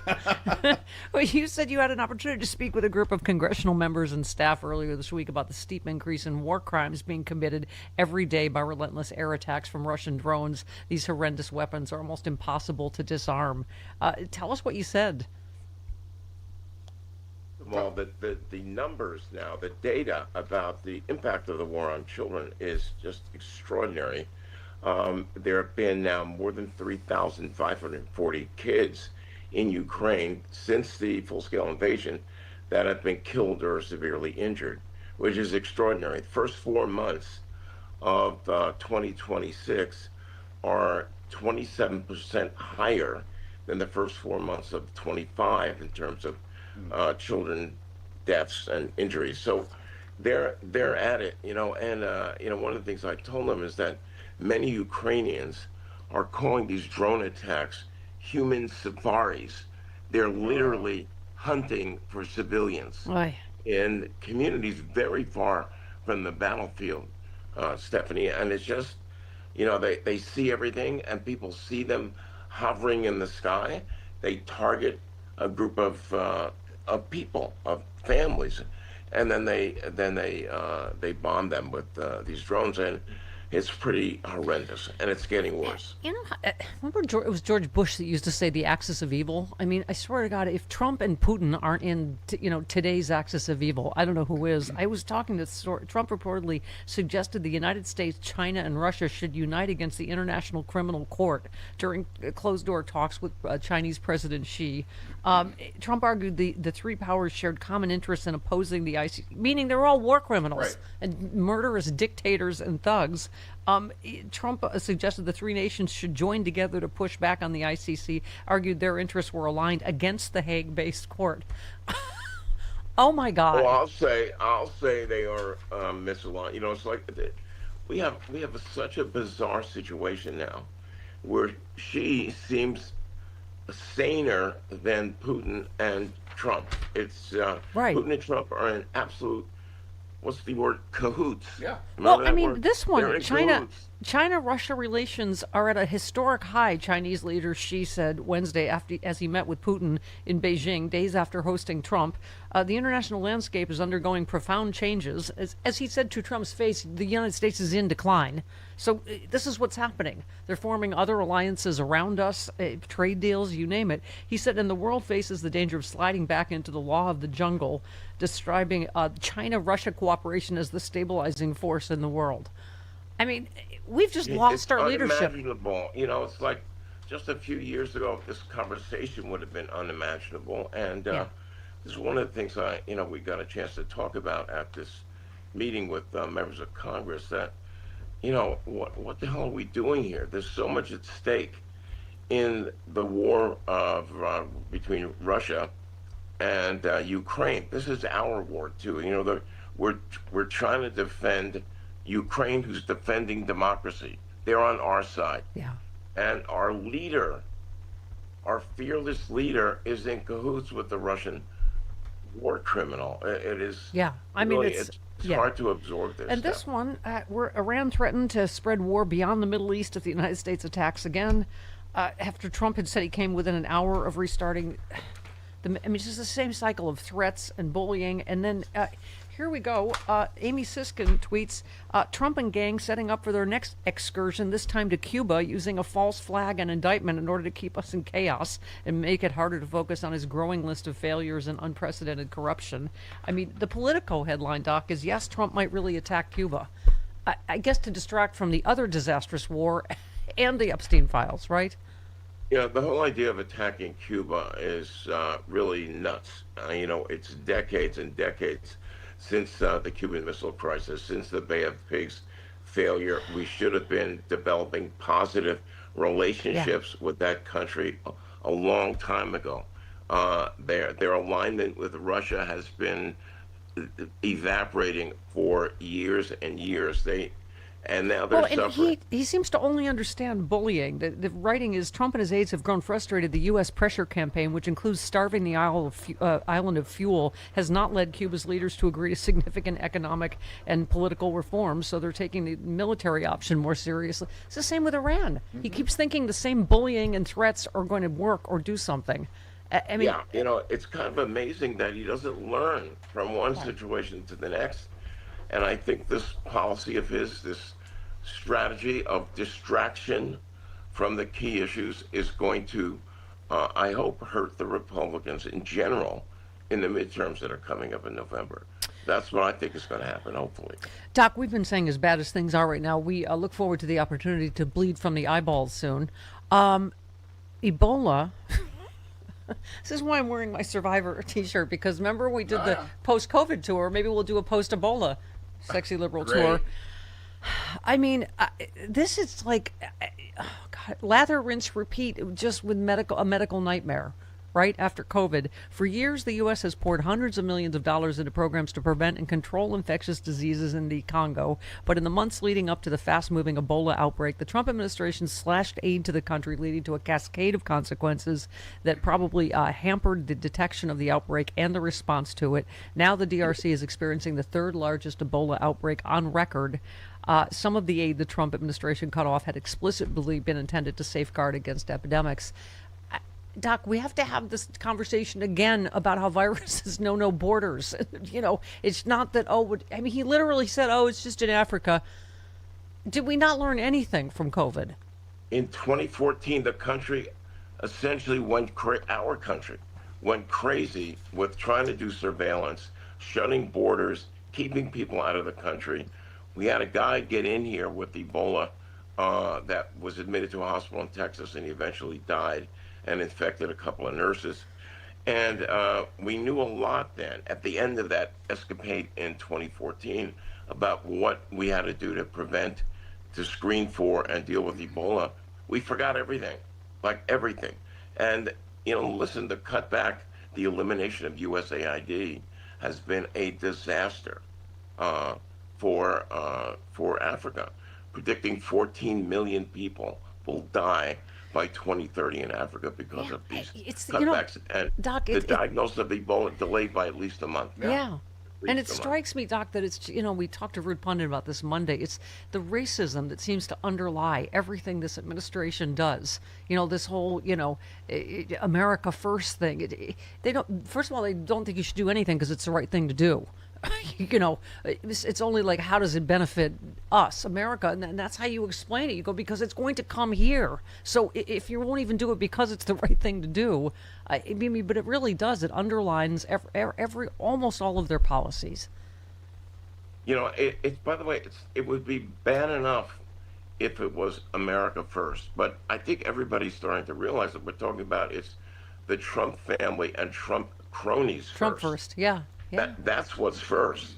Because if it was America first, they wouldn't be cutting off the markets for American farmers by tariffs on China. And, there's policy after policy, which is actually hurting Americans. Well, it's How the hell is that America first? Ukraine, they're fighting for democracy around the world. It's not just for them. Incredible. Us helping them is not just for Ukraine. Us having troops that we're pulling out now of Poland and Germany, whatever. It's not to help them or protect them. It's for us to have bases there, and they don't even understand that much. It's because Putin told them. It's exactly what Putin wants: is pull all your NATO troops out. I think the vast majority of Americans, voting Americans, are starting to understand what's at stake here and what Trump and his family are actually working for. Yeah. And it's not us. Your and last, I think people are noticing. Yeah, your last post, you said, here we go again, the most irresponsible, genuinely wacky, officially designated health policy leader on earth has become a nicotine pouch promoter. What's next? Drinking raw milk, fabricating data to undermine vaccines. Oh, wait, he's already done all that. How sad. It is one thing after another of just medically crazy stuff coming out of this administration. Yeah, well, the problem here is that Trump and his administration are not responsive to what people need and what they want. It's irrelevant to who he appoints, to the policies he develops, to his executive orders. None of it matters, really. So that's why we have really a wacko running our Health and Human Services Department. Yep. And it's just a shame. Yep. And it's hurting us. Well, that was very doomy. I give you extra doom points for today. Oh, Super doomy. Happy Ebola, everyone. Okay, love you, Dr. Doom. See you next week. Bye, guys. All right, 18 minutes after the hour. Every press report about this says, oh, Donald Trump's $1.8 billion slush fund, or however it's defined. There is no $1.8 billion ceiling on that amount. I didn't see that anywhere in the document. I could be wrong on this. Yeah. Maybe this is a question for Glenn Kirshner or someone else. But right now, it is an unlimited fund that Donald Trump personally controls because 4 out of the 5 commissioners are appointed by whoever he wants. And then, Congress has control over one of them. But regardless, Donald Trump can fire all of them at will. So it's basically Donald Trump's commission. Well, yeah. And by the way, there's so many, you retweeted, it's cartoonishly evil. It's just, it really is. We're like in, evil Scrooge McDuck territory. Yeah. And you also pointed out the drones on the ballroom. You said, looks like Don Jr., Eric, and whatever will get another no-bid, Pentagon contract. Yeah. I mean, now we're talking about invading Cuba, I guess, so they can keep making money on their military-industrial complex businesses, right? Yeah, yeah. I mean, on one hand, this second Donald Trump term is all about Donald Trump seeking retribution on his enemies and making sure that he's insulated from prosecution himself. But largely, this is entirely an enormous cash grab for Donald Trump and the people around Donald Trump. If you start to see this second term through that prism, everything makes sense. From the investment in ICE, I mean, for God's sake, Donald Trump invested $5 million in this company called Axon, which creates tasers, and then Axon's doing these big deals to sell tasers to ICE. So you want, okay, Donald Trump's collecting money on ICE's overreach and the violence that it's committed, the human atrocities that it's committing. And so this is one of many investments that he made at the beginning of the year that in and of themselves are immensely corrupt because it's insider trading. It's huge investments, millions of dollars invested, then suddenly a week later, we find out that company Donald Trump has invested in has inked a new Pentagon contract or has made some new announcement that Donald Trump would have been privy to. And the corruption rolls on. Yeah, I love Rachel Maddow called it kaleidoscopically corrupt. Yeah. Just every day you wake up, you're like, oh my Very God. Very well said. Mm-hmm. So let's talk about Thomas Massey. You retweeted Trump saying Grandpa's confused.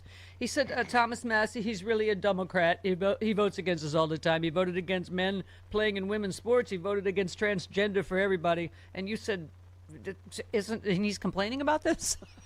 He's voted with them 90% of the time. Yeah. The only thing is child rape and unnecessary war, which are the two things Trump ran on, right? Is releasing the Epstein files. Yeah, go ahead. He's at that stage now where he's getting very, very confused by his own gibberish. Yeah. And like the rest of us, we're all confused by his gibberish. But now he's personally getting like saying Thomas Massey voted against men and women's sports. I thought MAGA was against that. I thought MAGA that he wants people to vote against men and women's sports, as he calls it. Yeah. And to be clear, I'm quoting Donald Trump. I don't actually mean that. That's what he says. And so this is another example of Donald Trump's brain turning into cottage cheese. But I think what's more extraordinary, Bob, is what he's done to the party. I mean, it's just Thomas Massey, this is the most expensive race in history, exclusively to stop him. And Lindsey Graham, of all people, came out and said it will destroy Trump if you release the file. Yeah. Well, okay. I mean, they're like admitting that clearly what's in there. I mean, what we've already seen is incredibly damaging to Donald Trump, right? Oh, yeah. This is another example of Donald Trump being weirdly lacking self-awareness. Like he doesn't understand the very clear politics, like the entry-level politics of what he's doing when it comes to endorsing people like Ken Paxton, for example. Yeah. And this guy, Ed Galbraith, who defeated Thomas Massey in the primary last night. He doesn't understand that, that's certainly something that the MAGA disciples will love, but when it comes to the November election, these guys are going to lose, especially when the prevailing winds are flying in their faces. I mean, they've got a tough uphill climb with someone who's normal, much less someone who's a Donald Trump disciple. So please keep going, Donald. You're doing great. Yes. More like that, please proceed, sir. Yeah, exactly. I say to David Pachman, our friend, because we talk about this all the time with my, psychologist best friend and others, but he said Trump's followers are a cult. We see more Trump voters abandoning him and apologizing because when the cult leader approaches death, literal or a death of the movement, some cult members double down, but others head for the exits. Cult psychology explains exactly what's happening right now.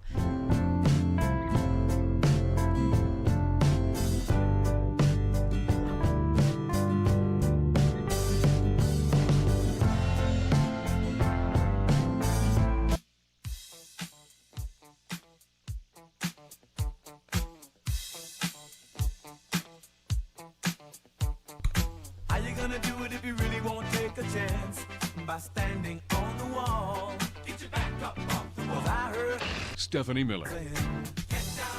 Yeah, get it, do it. Phil in Oregon. Hey, Phil, welcome. How you doing? Good, go ahead.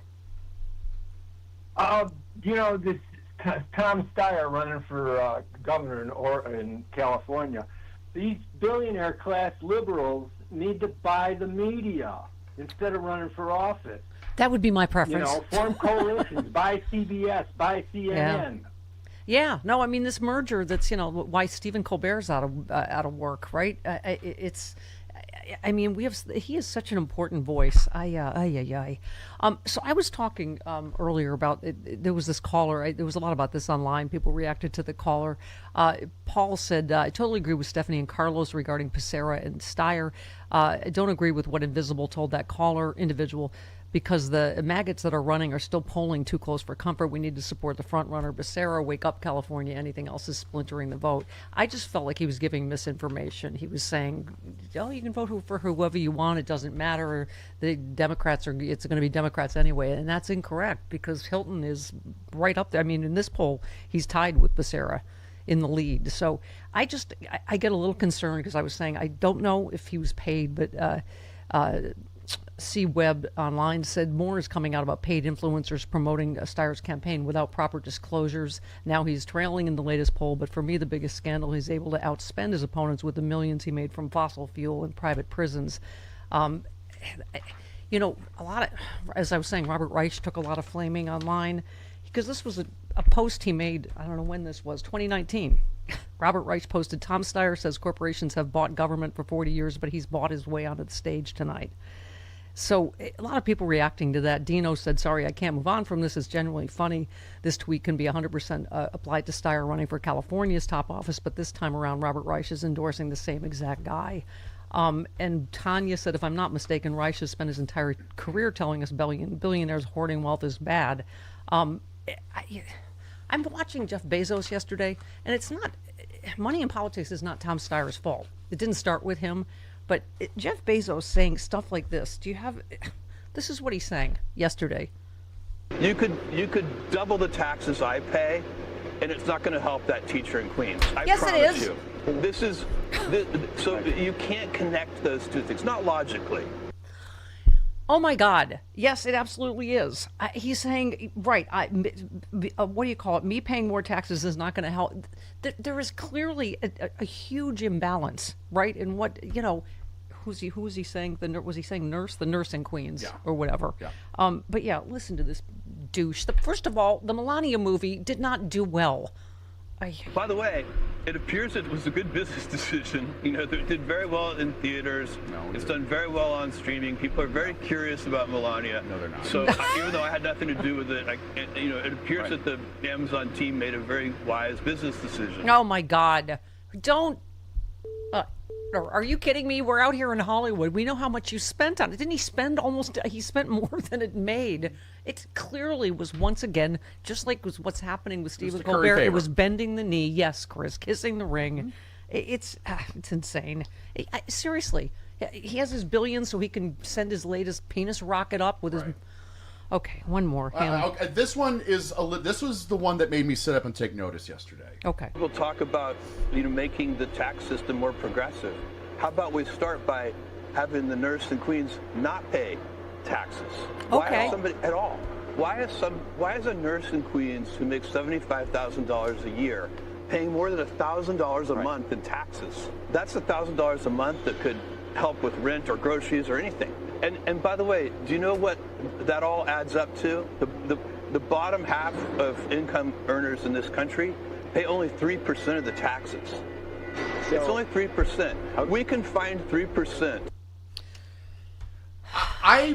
He doesn't want anyone. He doesn't want to pay more taxes than he does want. So I don't know how we're going to pay off all of Trump's slush funds. I like that someone entered that idea into the conversation, though. Yeah. That is something that we seriously need to have a discussion about in America. Yeah, let's go back to Eisenhower's tax rates and see what he thinks. Now, I'm sure he has some ulterior motives here. Yeah. But just that idea of, the bottom 50% not paying any taxes, that's something I think we should talk about. Yep. Karen in Joyzy. Hi, Karen. Oh, how are you guys? Good. So grateful for everything. So grateful for everything you do. Listen, you were talking so much about Stephen Colbert. I live in a town in New Jersey, and we're a very small town, and he's a neighbor. Not like my next door neighbor, but I've run into him several times in town, and I just wanted to say he is seriously the real deal. Yep. He did teach Sunday school for years here in town, and I ran into him probably about a year and a half ago, maybe 2 at a local pharmacy. We have a very good friend in common, and I said, hey, so nice to meet you. We've met before, but He just took my hand and he said, "Tell me your name." "My name is Karen. Where do you live?" "I live here." "How do you know her?" And we just talked for like 5 or 10 minutes. Wow. He was online at the pharmacy like I was. Aw. And he's just Normal. His wife is the head of the exactly. His wife is the head of the Yep. office. Sorry, honey. Card break. Watch Stephen's last show tonight. 250 years after our founding, King Charles III stood before Congress and acknowledged the same truth that sparked the revolution. There are no kings in America. Make your stance clear with the No Kings American Flag lapel pin, a 1-inch by 1-inch American flag pin embedded with our No King symbol. Go to store.politicalvoicesnetwork.com. Get your No Kings lapel pin now. I am here with my friend Dr. Peter McCullough, Chief Scientific Officer. That's fancy at the Wellness Company. And I love my medical emergency kit, so thank you for that right away. Good morning, Doc. Good morning. So I don't know who Murphy was and what Murphy's Law is, but you're always going to get sick over the holiday or over the weekend or when you're traveling and your doctor's office is closed, isn't it? Well, and we're heading into the summer travel season. I'm traveling for Memorial Day weekend. I'm doing another vacation first week in June. So talk to us about, because this is like having, it's not a first aid kit. It's like having urgent care and a pharmacy right in your home. Just talk to us about where you got the idea, because it's a great one. What happens is people go on trips, and then invariably somebody gets sick, or they cut themselves and get an infection or get a bladder infection. And then you have to leave your vacation and then find an urgent care or an ER somewhere.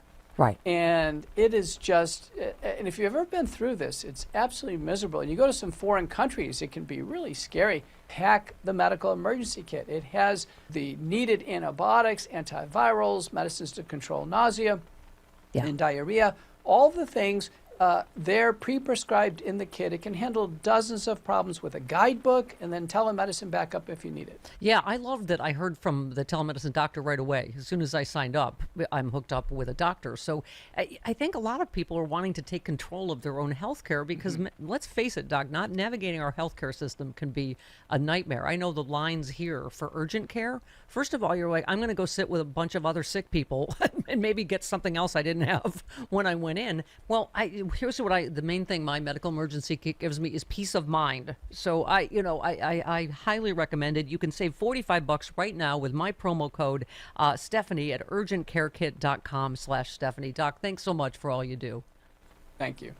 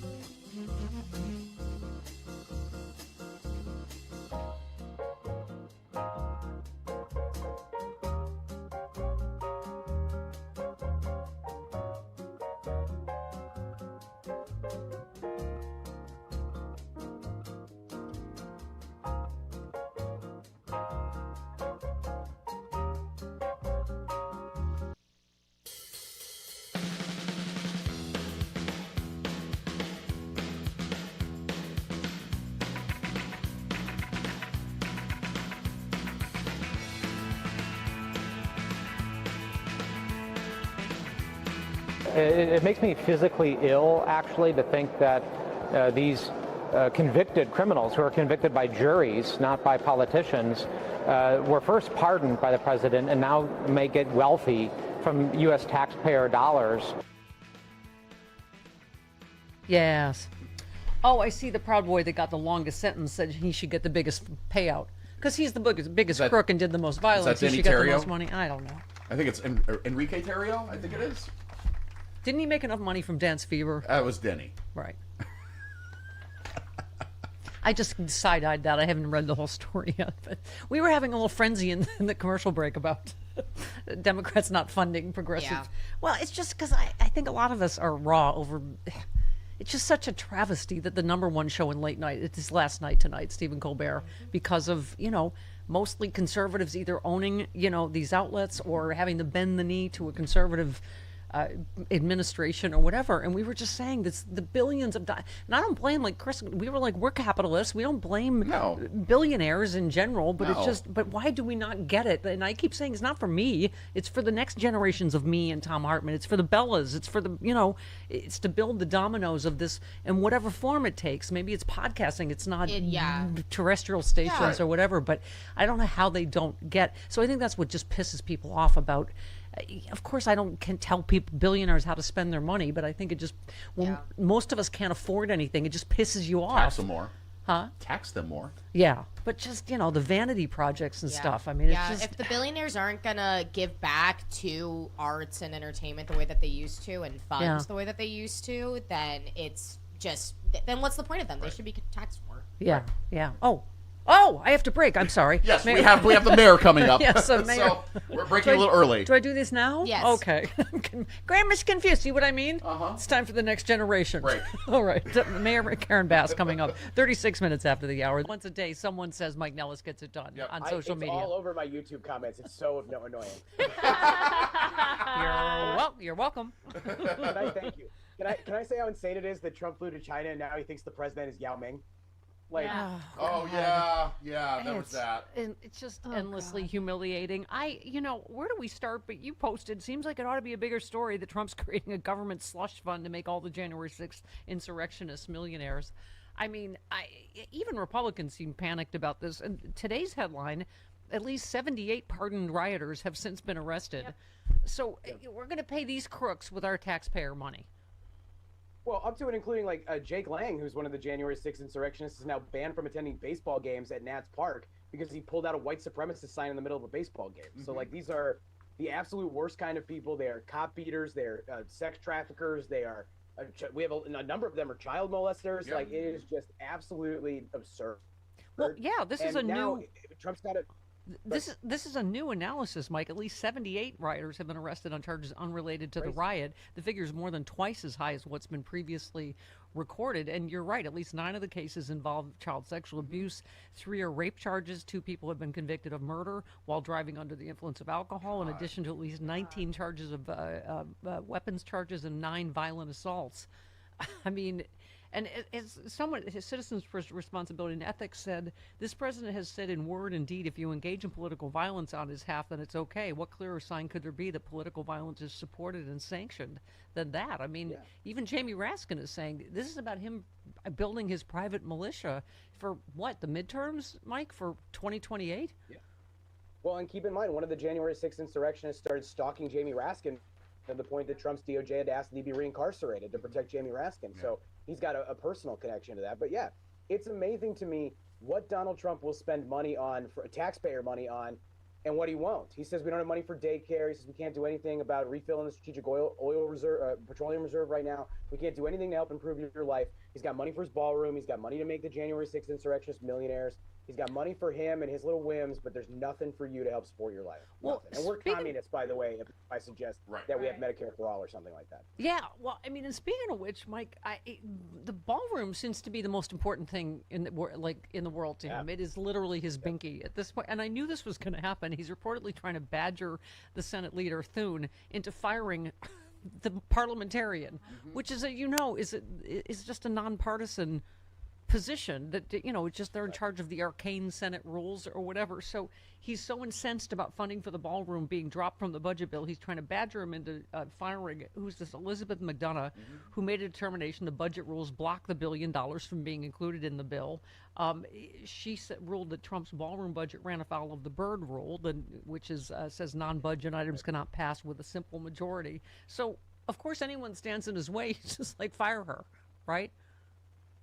Well, I mean, he's doing that all throughout the Republican Party right now. I mean, today's the primary in Kentucky for Thomas Massie. Massie votes with Donald Trump 95% of the time, and the 5% that he doesn't is about protecting pedophiles in the Epstein files. Like, that's really what that is. And now he's being primaried. They've spent $35 million to defeat him, the most of any House primary. They kicked Bill Cassidy out of the Senate this weekend in Louisiana. They purged all the Indiana Republicans who stood up to Trump on gerrymandering. Nothing in Trump's life, political or otherwise, has taught him accountability or respect for others. So he thinks he can remove any obstacle in his way. He can manipulate the criminal justice system. Yeah. And to be honest with you, at 78 million years old, there's no argument that anything can stop him. He just keeps succeeding. He's like a bull in a china shop. He just figures it out. Yeah. Well, by the way, so you actually said I have no idea who will win the primary today in Kentucky, but Trump has put himself in a no-win scenario. If Massie wins, it's a massive rebuke of the White House. If he loses, it'll further expose the lengths Trump will go to protect the Epstein class. I was saying that I feel like it's good news for us politically. That they're becoming more and more just the Trump party. He's at 30% approval rating in the 20s on most major issues. Yeah, I mean, I think it's bad generally. Like, yes, you're right that like electorally it's going to be good for Democrats because the pendulum can only swing in one direction, which is back towards us. And maybe I'm just more of an optimist than I want to be or an idealist. But like, I would like to have a functioning Republican Party that stands for conservative values that I could have an argument with every now and again that would be worth having, and not a group of sycophants that they've propped up. And Massie and I, if you locked us in a room, we probably don't agree on much other than, we shouldn't be protecting pedophiles.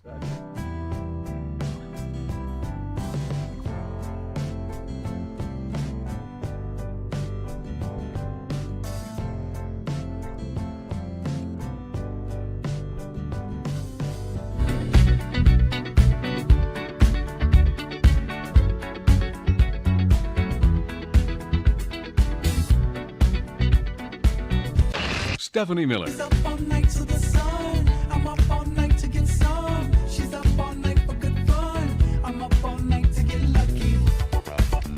Yep, here we are.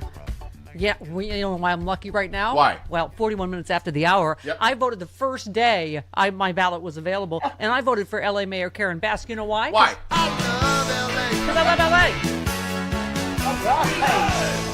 L.A. You're like, why am I doing this interview? I already got you. Madam Mayor, I heard that one of our listeners came up to you and said, that's terrific bass, which is an old Saturday Night Live bit. And we were saying we have to get Lorraine Newman to do that ad for you. That's terrific bass. I like that. So, Mayor, I just have to start with Fox News guest calls on Texans to drive to Los Angeles to vote for Spencer Pratt. And we encourage them to spend their gas money to do that, because then they won't have bail money when we put them in jail for trying to commit election fraud. Because they keep putting this, fake news out there, if you don't mind the expression. You can vote illegally or with no ID in California, right? Right. I mean, it's so absurd. So, and then the other big news is Trump has, what do you call it? I guess sort of endorsed Spencer Pratt, which is, I already had enough. I'm like, please don't make me vote for Karen Bass any harder. But I thought this is so typical of just, a reporter said, do you see yourself in him at all? A former reality TV star. Trump said, well, I don't know. I don't know him. I assume he probably supports me. Does he support me? The reporter, I think so. Oh, I think so. I heard he does. I heard he's a big MAGA person. That's all he cares about. Right. He just said, so, he said that, he's supporting Spencer Pratt. But oh my gosh, I feel like I'm having, Mayor, a flashback to the 2024 campaign. This incredibly qualified woman. You were on the short list to be vice president of the United States. Incredibly qualified woman of color against this reality show. First of all, can we talk again about how he had no insurance? Right. So his whole campaign is, my house burned down, it's Karen Bass's fault. Right. Can you just talk about that a little? Because he parked a trailer or something. I believe he actually lives in Santa Barbara, doesn't he? But just talk a little bit about this. Well, sure. I mean, I think that Spencer's goal is to be famous. I think he's more famous now than he was when he was on the reality show, and I think that that's how he views this campaign. I don't know. Rumor has it that he already has a contract for a reality show, and that his campaign is the reality show. Yeah. And so, we will see. But we have problems in the city. Yeah. And I am proud of the fact that street homelessness is down. Yeah. Street homelessness is down 2 years in a row, 17%. 42,000 units of housing being built right now and fast-tracked. Crime is down at 1960 levels, 60-year low. So, and we're preparing for these games 2 days after the election. This guy June just 4th. rode the new D train. That's right, I did. Oh, good. I'm a big transit person, so I love Opening the new D extensions. Yeah. That's great. And when you get off on the D train, you're at the Peterson Museum. That's right. Across the street from the Academy Museum. Yep. Walking distance from the new LACMA and Yep. soon to be Tar Pits. It's gorgeous. It's absolutely So- gorgeous. Great job. Great job with that. Thank you. And 2 days after the election, the U.S. Open for golf for women, and we're going to have golf clinics around the city for girls, encouraging girls to play golf. Ah, nice. So what was I gonna? Where was I? Oh, with the I was going to say I've been seeing some of this. Talking about the homeless situation and the meth problem. You have talked about the homeless problem for long before you were mayor. That it is a multi-pronged problem of having. The best I can tell, Spencer Pratt and Trump and people like that are just like throw them all in jail. Which of course, they obviously need help. Go ahead. Yeah. Well, right, but they should also talk to the sheriff about that. Yeah. And he will tell them, even if you wanted to do something as absurd as that, where are you going to put them? Right. Yeah. There's no room in our jails. We already do that too much for people that don't need to be there for a whole lot of other reasons. Well, I mean, listen, I come from Republican roots, as you probably know, so I understand we have to clean this up. But when we liberals say clean this up, we mean help these people. We mean that they need drug and vocational and alcohol counseling. And where was this? You just built a little, in East Hollywood, right near here. You just built a little village. You're right. That, it's a multi-pronged problem, right? Well, and it's also a problem that's been around for 3 decades with the system that was dysfunctional from day one. And so getting people off the street, getting them the care that they need so they can be stable, tax-paying Angelinos takes a bit. And there's no ideas from Spencer. I think what comes up with Spencer is just, the rhetoric. But, there are not a lot of ideas from other opponents either. So, ideas are one thing. My whole point is action. And that's what I've done from day one, is to act. So talk about, you've made a sweeping set of changes designed to make it faster and easier to build housing and open businesses in LA. You've talked about reducing delays in the city approval process, simplifying permitting, speeding up the creation of new homes. Talk a little bit about that. Sure. Well, I did that through a series of executive directives in my first and second year, and it is coming to fruition now, which is why we have 42,000 units that are being fast-tracked. And so we have looked at red tape, eliminated every bit of it that I could find, obviously maintaining safety and health. But outside of that, we need things to go faster. It has been difficult to build in LA, but a lot of those challenges now we have moved out of the way. Yeah. Well, you also talked about rethinking the spaces we already have, speeding up housing production, building a more affordable LA. I know my producer Bella is 23, and I have a nephew that just moved out here who's 28. And, she lives with 6 other people. He lives with, I forget how many, it is a problem, unaffordable housing. No, it is a big problem, and that's why the 42,000 are all affordable. But here's something else, Stephanie. As I did an executive directive to expand one of the ordinances that allows for office buildings to be transformed into housing. And there's hundreds and hundreds of units that are going up right now. Wilshire Boulevard is a great example. Yeah. You drive down Wilshire in Koreatown and you think you're looking at office buildings, but a lot of it is housing now, has been converted over. Yeah. And so I think that we want to be as creative as possible. But we already have plans now for 500,000 units. But the challenge is that even though we're fast tracking as fast as we can, it does still take a while to build housing. And so we are doing that. And obviously, we're still rebuilding from the fire. We've also had to point out to our Fox News fans that Simi Valley is not Los Angeles. Yeah. Right. The fires in Simi Valley, not Karen Bass's fault. But Right. you said while the Sandy Fire is in Ventura County, the Los Angeles Fire Department continues to closely monitor the situation, has deployed resources on the ground, including strike teams, a hand crew, helicopters to assist local crews. You obviously, at this time, we don't expect the wildfire to reach here, but you said out of an abundance of caution, LAFD has pre-positioned resources in San Fernando Valley, and an evacuation order has been issued for West Hills and Chatsworth, right? Yes, exactly. And the whole point is that, first of all, the fire departments always provide mutual aid to each other. But part of that mutual aid is making sure that the fire doesn't come into LA County. And fortunately, the winds have not pushed it there so far. Right. So again, we talk all the time about, because Chris and I in particular ride our bikes all over town. Yep. Chris is a bike commuter, and I am in a bike club, so I ride pretty much the whole city.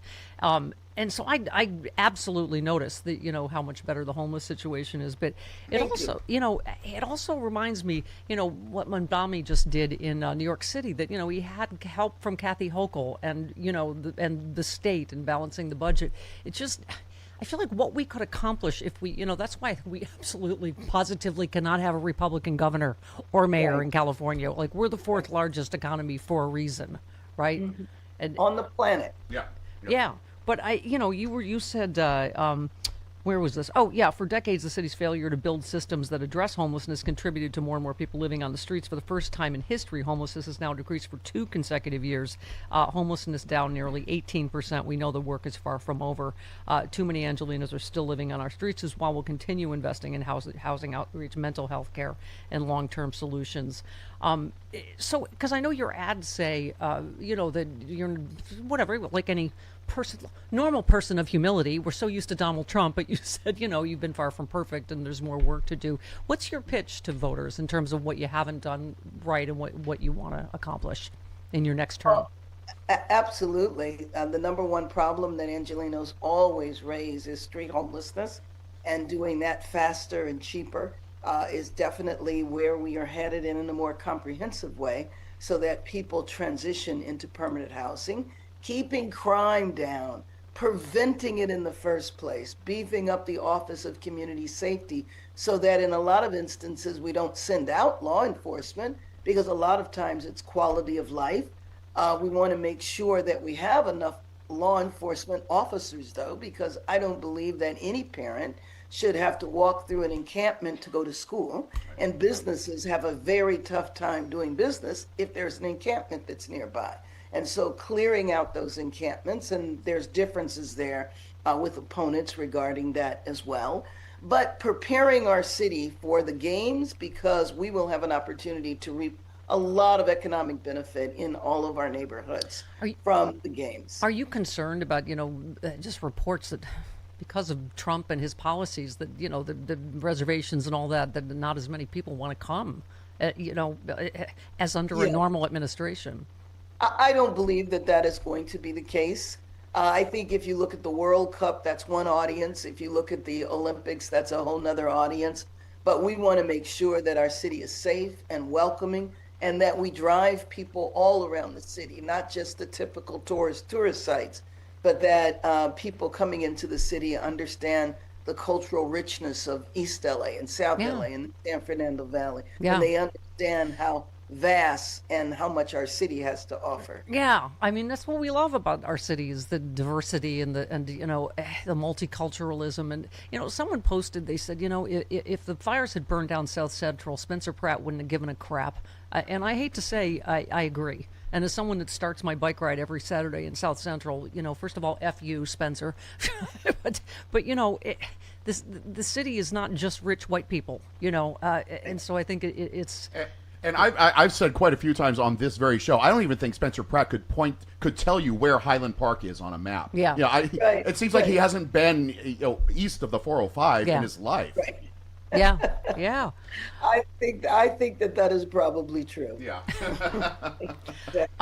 You were at one of my favorite places. You posted the Los Angeles LGBT Center is home, a lifeline, a haven, Yeah. a haven for so many Angelinos, providing life-saving support for people who've too often been marginalized or pushed aside.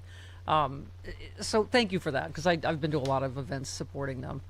They do great work. One of the nicest parts of the center that I like is the housing for seniors and the housing for young people, especially young people coming out of the foster care system, and the mixing of the generations. But I feel like you were looking specifically at me when you said gay seniors, but that's okay. Oh, no. Listen, I already voted for you. You can say whatever you want.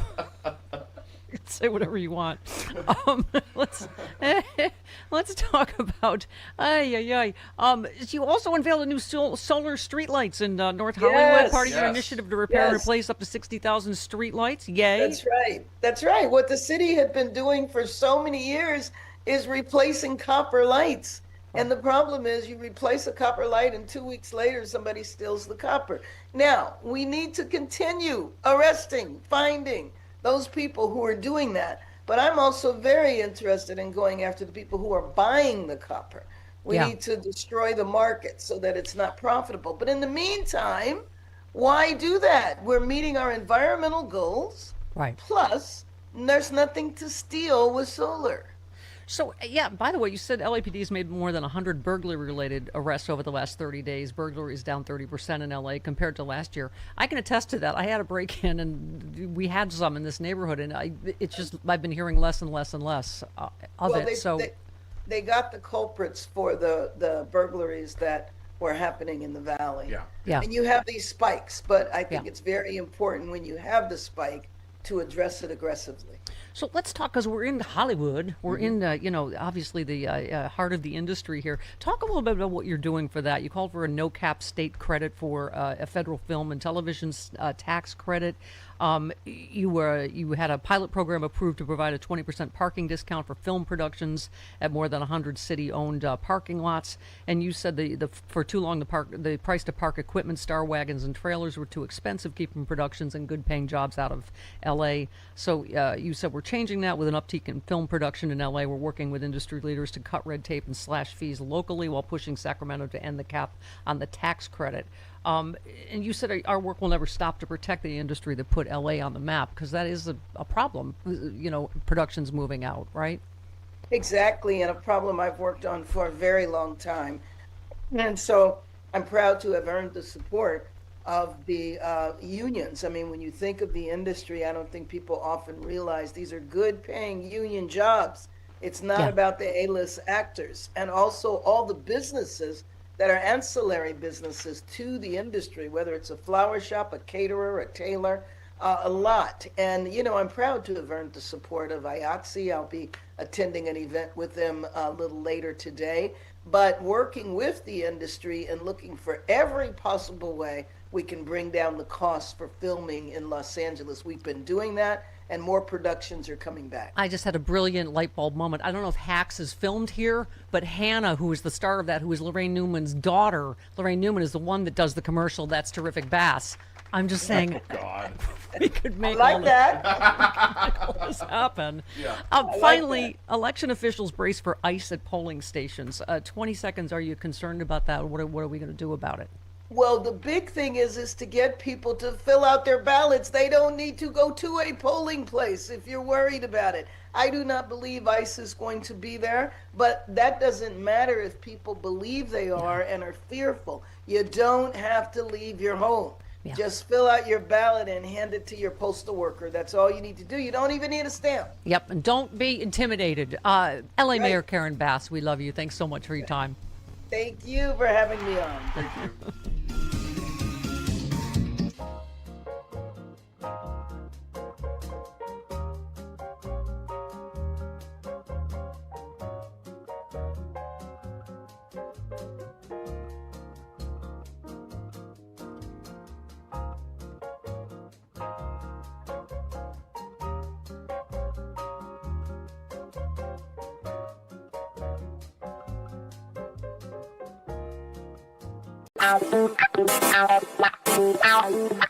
Ow. Oh,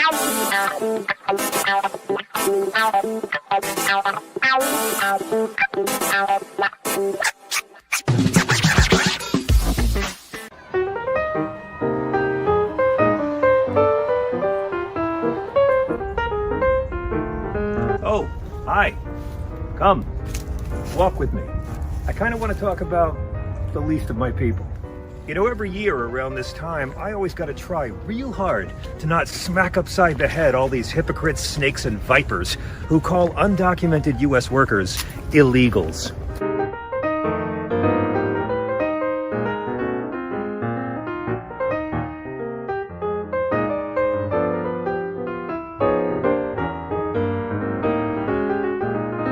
I don't like getting angry, but this shit makes me want to flip a table. Illegals is a racist, dehumanizing, otherizing term. It's designed to make other people appear less than human, so you won't feel bad when you treat them inhumanely. It's a really shitty noun. Ask yourself this: when's the last time Fox News called any other kind of lawbreaker an illegal? If you do 56 in a 55 zone, aren't you an illegal too? Huh? Come on. Now, you wouldn't know it from watching Tucker, but the majority of undocumented immigrants in this country are people who overstayed their visas. However, every night on Fox, he who tucks in his brood of vipers say illegals, and they're always referring to brown people crossing a border. Here's a dirty secret. Politicians could end undocumented immigration tomorrow if they wanted by locking up the white people who do all the hiring. This is supply and demand economics, my friends. There's a gigantic help wanted sign at our southern border, and there's no wall you can ever build that'll be big enough to hide it. And politicians of both parties are in no rush to take down the help wanted sign. Rich people pay Fox people to make working people blame poor people. Now here's 10 facts about illegal people. Number 1. Undocumented immigrants commit crimes at a much lower rate than U.S.-born citizens. Why? Fear of deportation. So imagine if we could do that to homegrown criminals. Number 2. Undocumented immigrants pay state, local, and sales tax over $400 billion in 2017 alone. Those guys standing outside Home Depot looking for day labor work, they're not the ones who outsource your job to China. By the way, racist idiots, there are no national politicians currently calling for open borders or amnesty. Anyone who tells you there are is lying, or as I like to call it, bearing false witness. You know who did call for that? Ronald Reagan. That's right, the star of all your right-wing porn fantasies. St. Ronnie gave amnesty to millions of undocumented people and claimed that open borders allows them to just go home when they're done working here. But don't feel bad, you racist douchebags. Reagan still supported apartheid. You ever notice whenever they raid one of these meatpacking plants down south and they arrest several hundred illegal workers, they're a lot slower to arrest the guys in the back room who did the hiring, who are counting all the cash. And that is all the proof you need to know that the illegal immigration scare is regressive gaslighting bullshit. Donald Trump hires undocumented labor. Going back to the 80s, it was Polish workers who built Trump Tower, but they never got called illegals because they're white. Even as president, Trump continued to employ undocumented workers. He's now done it in 2 different centuries, all to avoid paying American workers a living wage. You are being suckered by millionaire at birth hypocrites. Does it physically hurt to be this freaking gullible? Oh, let's talk about the wall. You morons understand that they were never actually going to build a physical medieval wall for thousands of miles stretching across deserts and rivers and forests and private and commercial properties and seizing land from American citizens using eminent domain law, right? You understand that was a scam? It wasn't going to get finished. Mexico was never going to pay for it. And even if they had, twits, ladders and shovels are things. They looted the military for a scam. Steve Bannon was ripping people off and Trump pardoned him for it, and they are both now wagging their tiny junk at you. And that's not a pretty sight. The majority of American voters rejected Donald Trump's immigration agenda in 2016. The majority rejected it again in 2020, but he still has a chance to be the first man to lose the popular vote 3 times. I alone can do it. What a dick. So remember, MAGA dudes, one of these days, you're going to stand before St. Peter. And on that day, you will discover what extreme vetting really fucking means. Thanks for watching. Please like and subscribe, and forgive me, I should have said at the top of the video, I'm only dressed in the tunic because it's laundry day and I had nothing else to wear. Oh, and I'm only wearing the fake beard to hide my rosacea, so that's...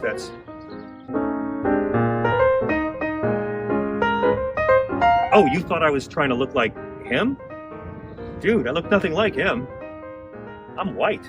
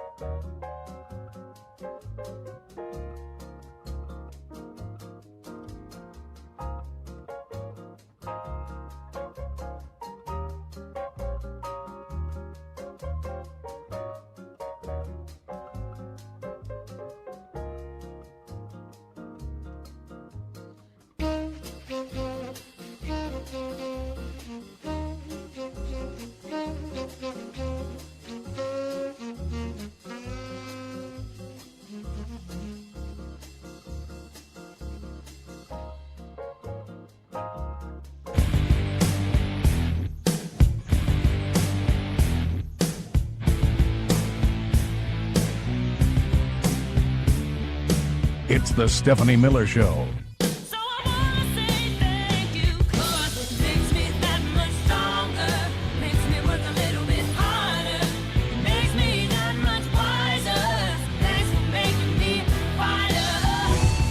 We will be off tomorrow night out of respect for our colleague and friend Stephen Colbert and the writers, producers, and staff and crew at The Late Show, whose final show on CBS airs opposite ours. I think you know how I feel about the fact that they are being pushed out. I hope the people who did the pushing feel ashamed of themselves tonight, although I know they probably won't. But that being said, I think it is most important to congratulate Stephen and the team at The Late Show for all the great work.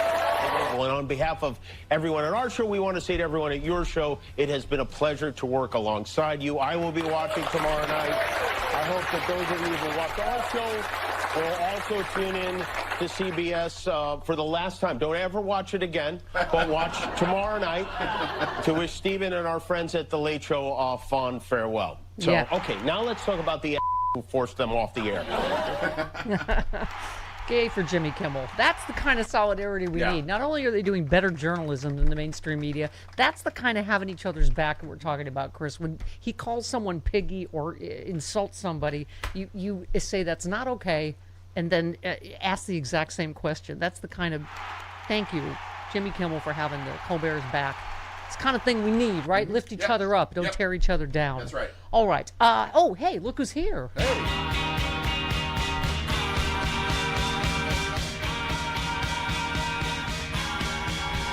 Let's dance.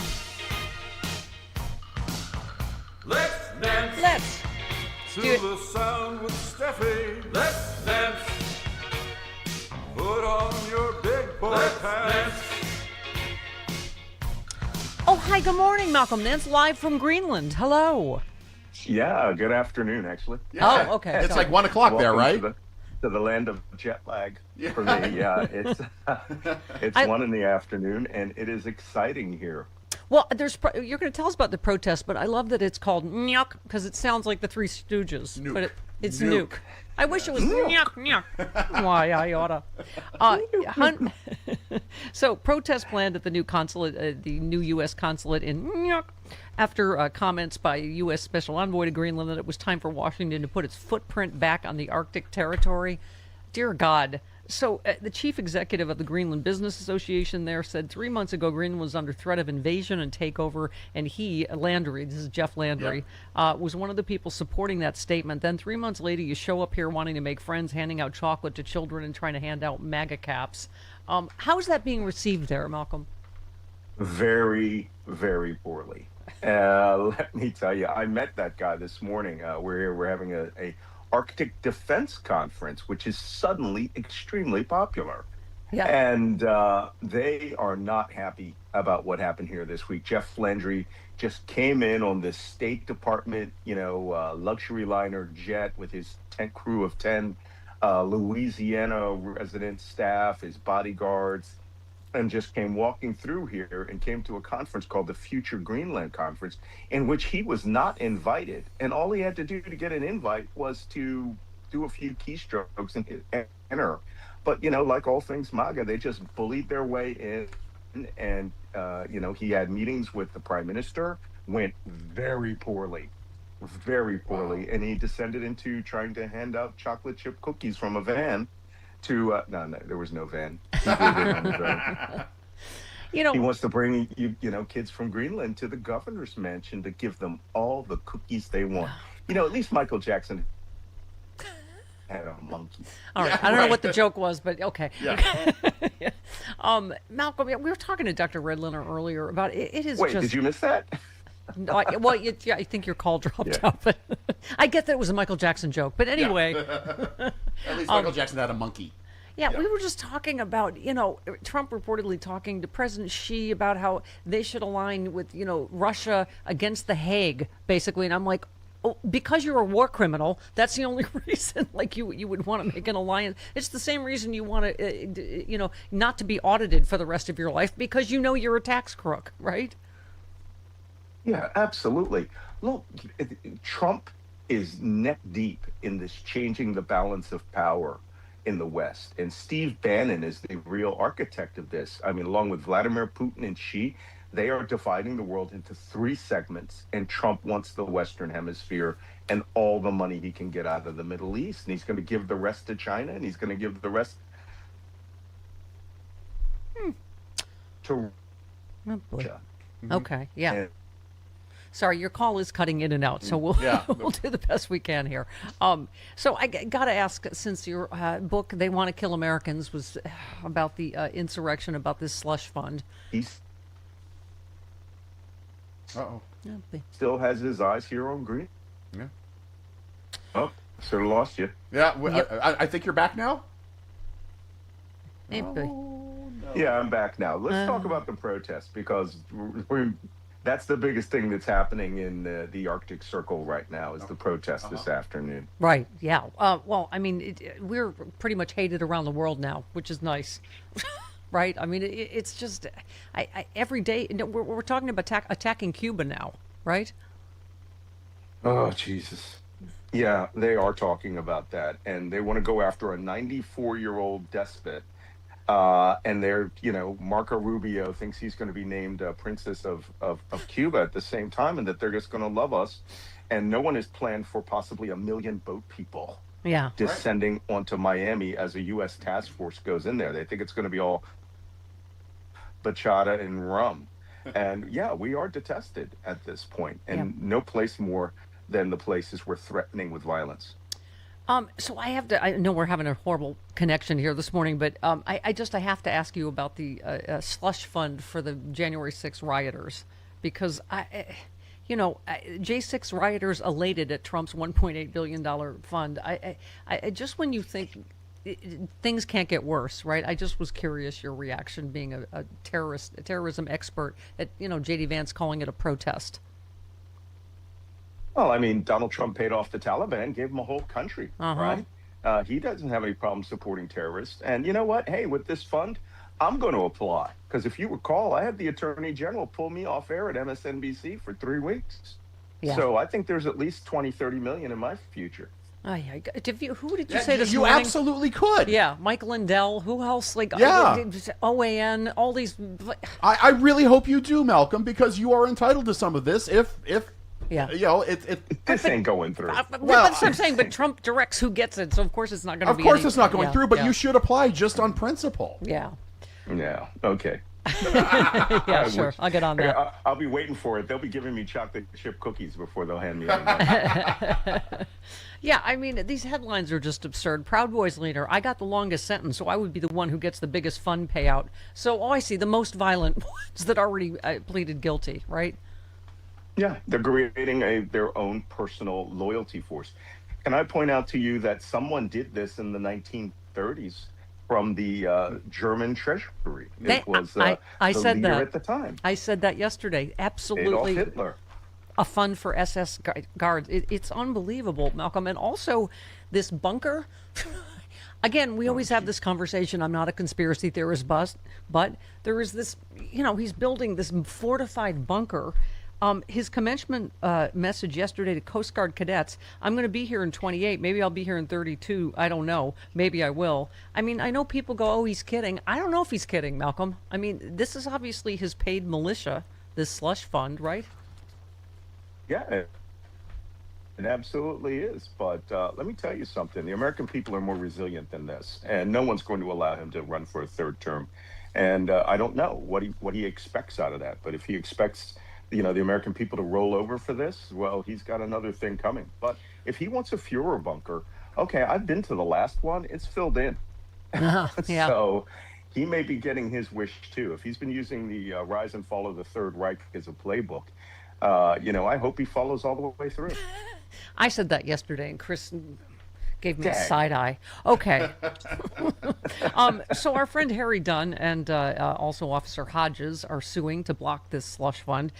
Dunn and Hodges did not back down on January 6th. Instead, they held the line to defend democracy and the rule of law. They bring this case to do so again. Their suit reads, the fund violates the 14th Amendment's prohibition about use of federal money to pay any debt or obligation incurred in the aid or of insurrection or rebellion against the United States.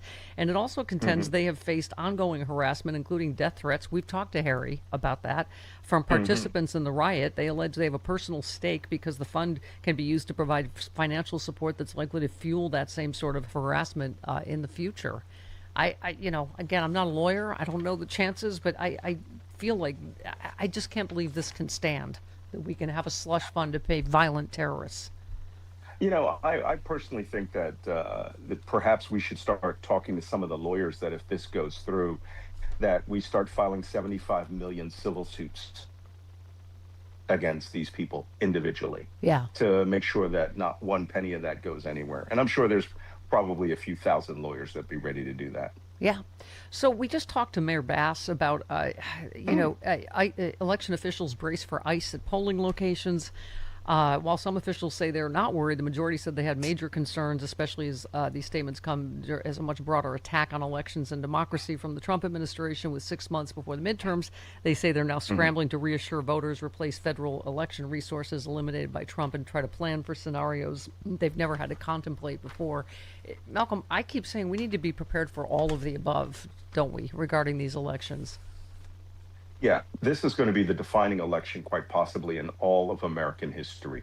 And I want to point that out to everybody, because I know there's still a lot of people in the African American community who thought that they did all the heavy lifting in the last one, and that they're just going to sit this out. They're going to do, they're going to be listening to the Jill Steins and the Cornel Wests. And, even in California, you're at risk of electing a Republican because the Democrats can't get their act together. Y'all had better get very serious, very fast. Immediate mall. Yeah, I agree. We all said we would coalesce when we had a front runner, and we have a very clear front runner in Becerra. But and Malcolm means business when he breaks out the French. Yes. Oui. Vive la résistance. Yeah. So what was I going to... Oh, because speaking of California, because this is the kind of nonsense Trump is... This is what he said yesterday. You have a rigged vote out there. That's the problem. The votes are rigged. You have really rigged votes in California. You have the mail-in ballots, everything else. Very hard to win because the elections are very dishonest. If we had Jesus Christ come down and count the votes, I would have won California because I do great with Hispanics, but it's a rigged vote. They send out 38 million votes. Nobody knows where they're going. Of course, the Democrats do, I guess. Disproportionately, Democrats get many more votes. Right, because we're a democratic state. state. Lost Some by get 8 votes. 30%, lost Some by 20%, lost by 20%. Thank you. He said some get 8 votes, they get 8 cards. No one gets 8 ballots. And Republicans have to call in, where's my card? It's a rigged system, but one of the worst. I'll give a list. I'll do my list. But California is one of the most dishonest states for voting. That we are one of the safest states for voting. But this is the kind of stuff he's going to pull. I would say, Malcolm, up to and including going to the Supreme Court, saying, you got to overturn this. It's, rigged. It's fixed. It's whatever. Right? They won't. According to Ruth Ben-Ghiat, they'll uphold whatever he says. Look, this is a time for, and we've said this many times, it's time for people to turn out in the streets. Every time we entertain this mental illness of his, where he says these things, he's only speaking. There's a crazy guy here in Nook, Greenland right now who's 82 years old, walks around in a suit with a purple tie, and promises Greenlanders $200,000 each if they sign a pro-Trump statement here. This guy lives off $2,000 of Social Security a month. But his mental illness from watching Fox News has him in Greenland thinking he's shilling for Trump. Right. Those people out there, did you see the polls that Trump dominates 65 and above? Oh, yeah. And everyone 64 and below who doesn't show up gives him elections. Yeah. Well, and also that's the Fox News audience. I hate to say it, right? I mean, it is. Yeah. All right. Well, Malcolm, fly safe home from Greenland. We will look forward to you next week. And good luck at the protest today. Yes. Be safe. Oh, this protest is going to be massive. I'll send you. Yes. Send videos. Audio and video. All right. All right. Love you. See Thanks, ya. Malcolm. 20 minutes after the hour. This Bye. course, your headline, Trump's stupid IRS lawsuit will be settled with our tax dollars. Not to put too fine a point on it, the president is about to steal $1.7 billion from the rest of us. And you just started with, this is a meritless lawsuit, the same way all the others have been. And this is not even a settlement, Charlie. This is a stick-up, right? Yeah, it's not a stick-up either, because he's not robbing the institutions that are going to hand his money over to us. They're complicit. Right. This is like point shaving in a basketball game. Mm-hmm. Yeah. You've got both sides covered. Yeah. Yeah, well, exactly. Marco said current retirement plan, break into the U.S. Capitol and smear on the walls, I guess.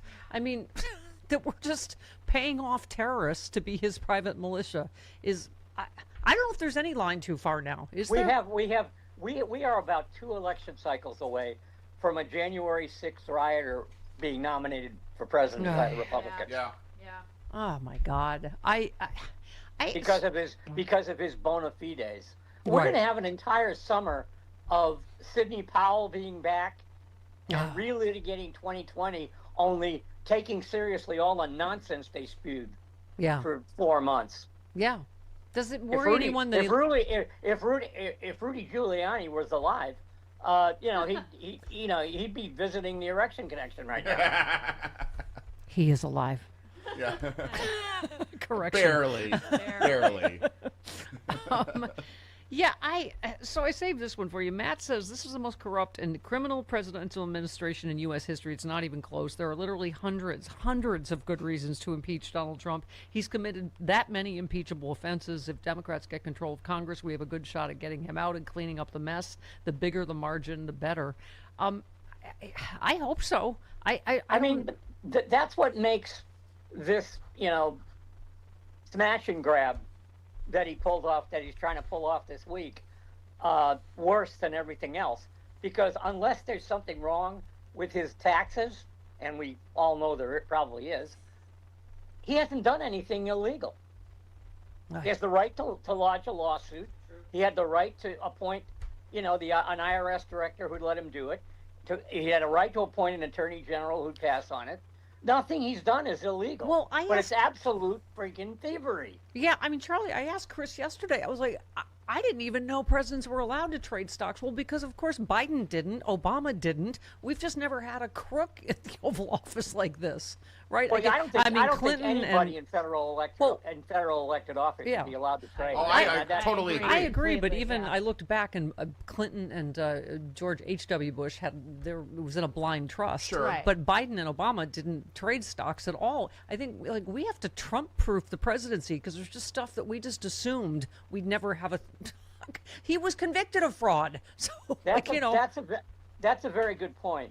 There's a lot of loopholes in the Constitution that have to be filled in. Right.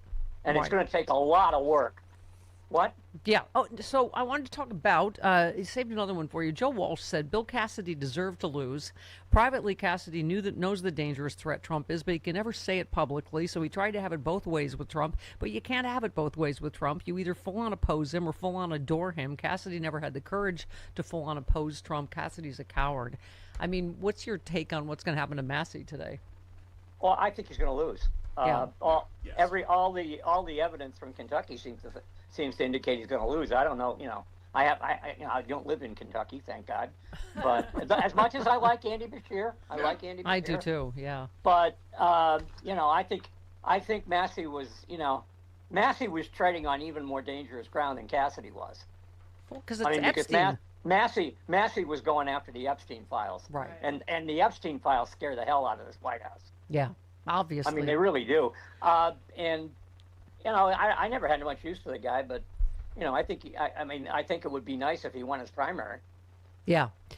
By the way, can I say, speaking of primaries, I love that, we were talking about how much like California bashing and LA bashing we're seeing from people that have never been here, have never lived here. Someone said, why do we hear about homeless in California nonstop, but not this? Someone posted the result of voting Republican. Louisiana's economy is now ranked dead last, according to U.S. News Annual Index. I mean, it's all these states, Charlie, ranked near dead last in everything.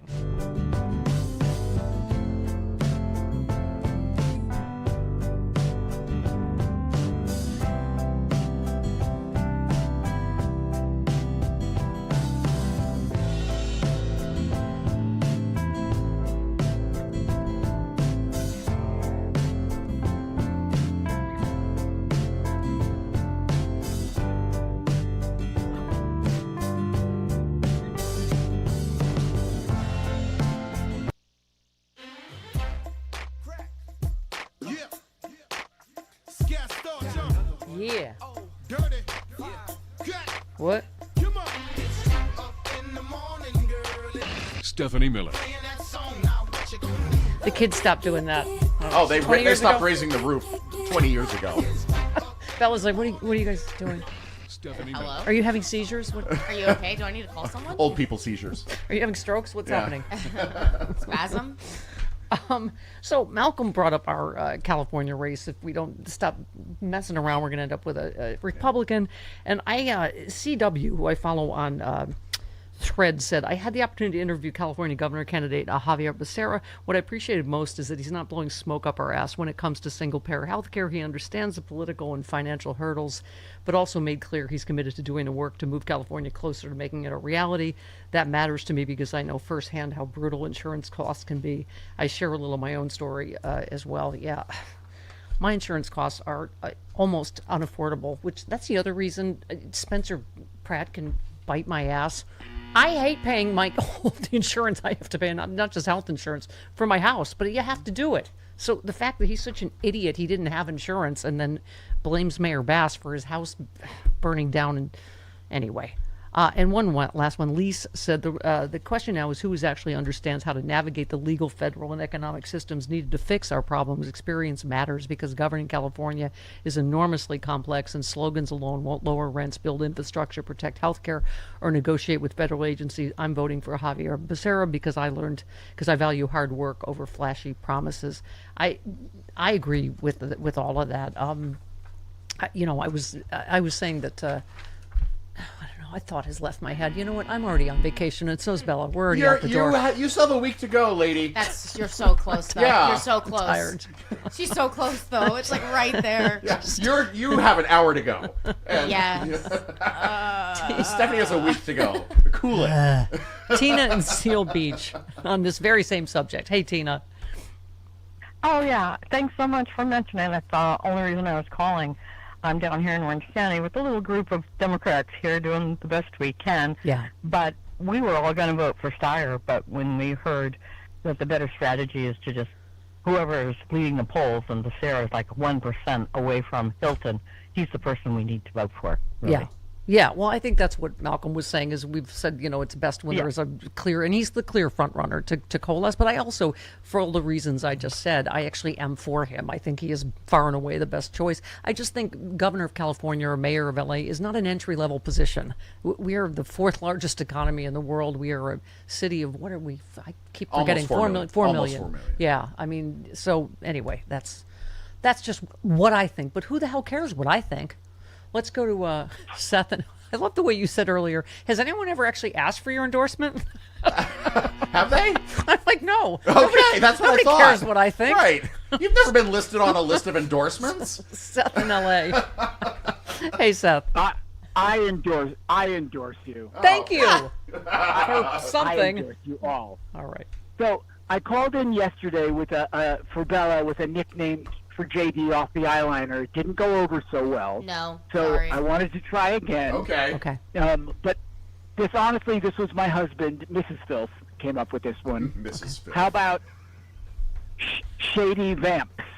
Shady Vamps. I like it. Shady I like Vamps. it. All right. I like that. That's I better will than... award you some points for that. We're getting there. All right. Yes. 29 minutes after the hour. Stephanie Miller Show.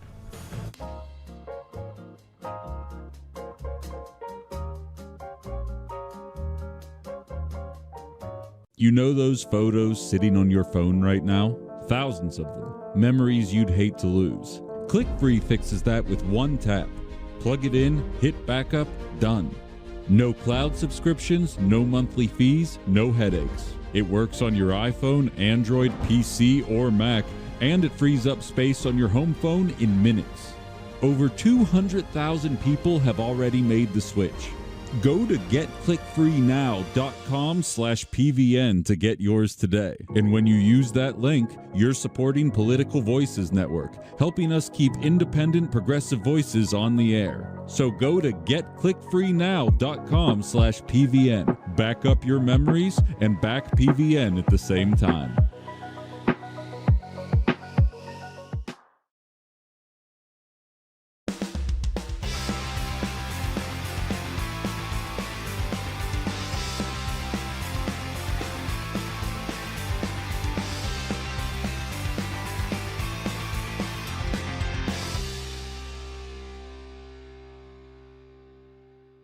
At the Political Voices Network, we're built around one idea, that an informed audience is a powerful one.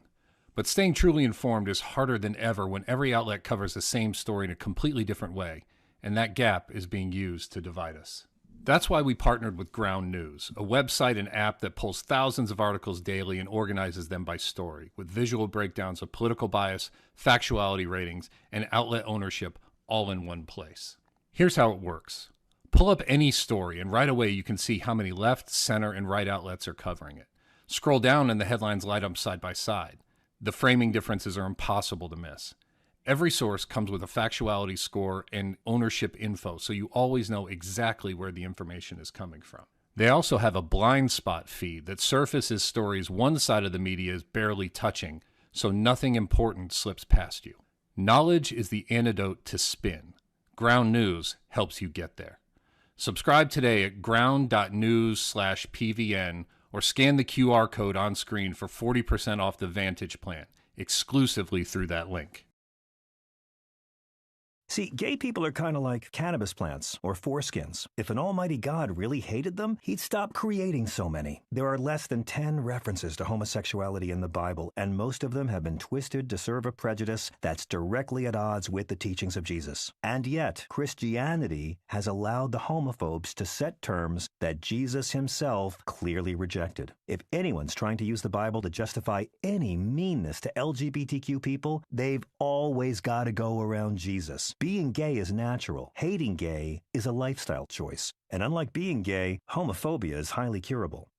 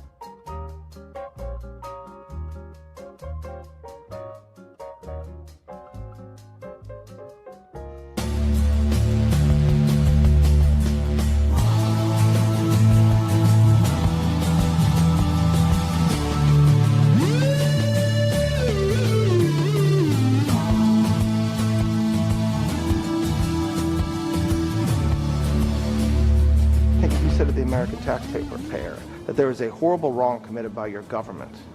And now you can apply and you can have your lawyer's fees back.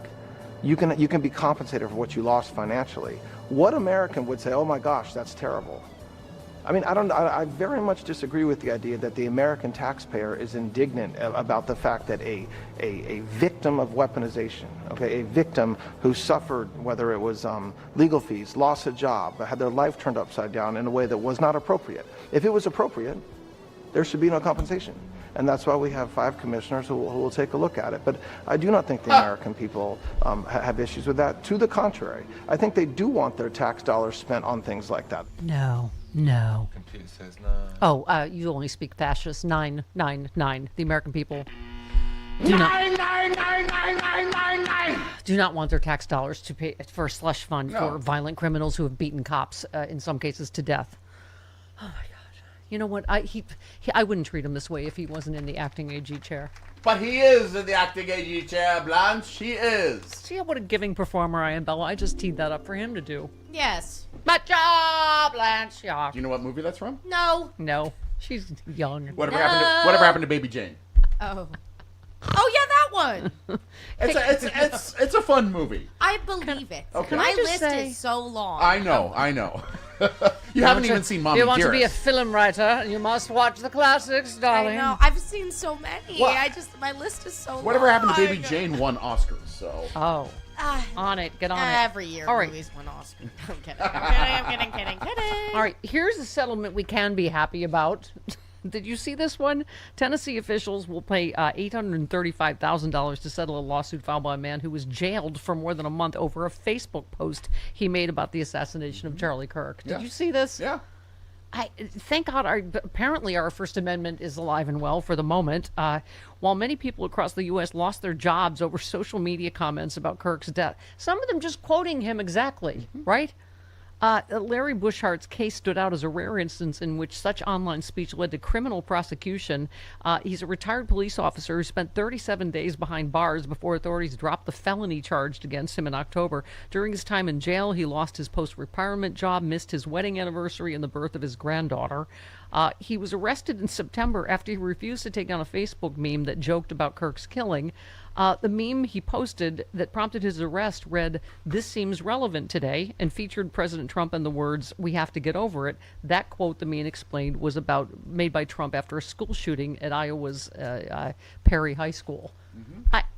Am I wrong? Does that first of all, none of us ever made any jokes about Charlie Kirk's killing, nor would we. No. But that seems pretty effing mild, doesn't it? He's quoting something that, Trump absolutely said about a school shooting. I mean, anyway, we will take any sliver of justice anywhere we can get it at this particular point.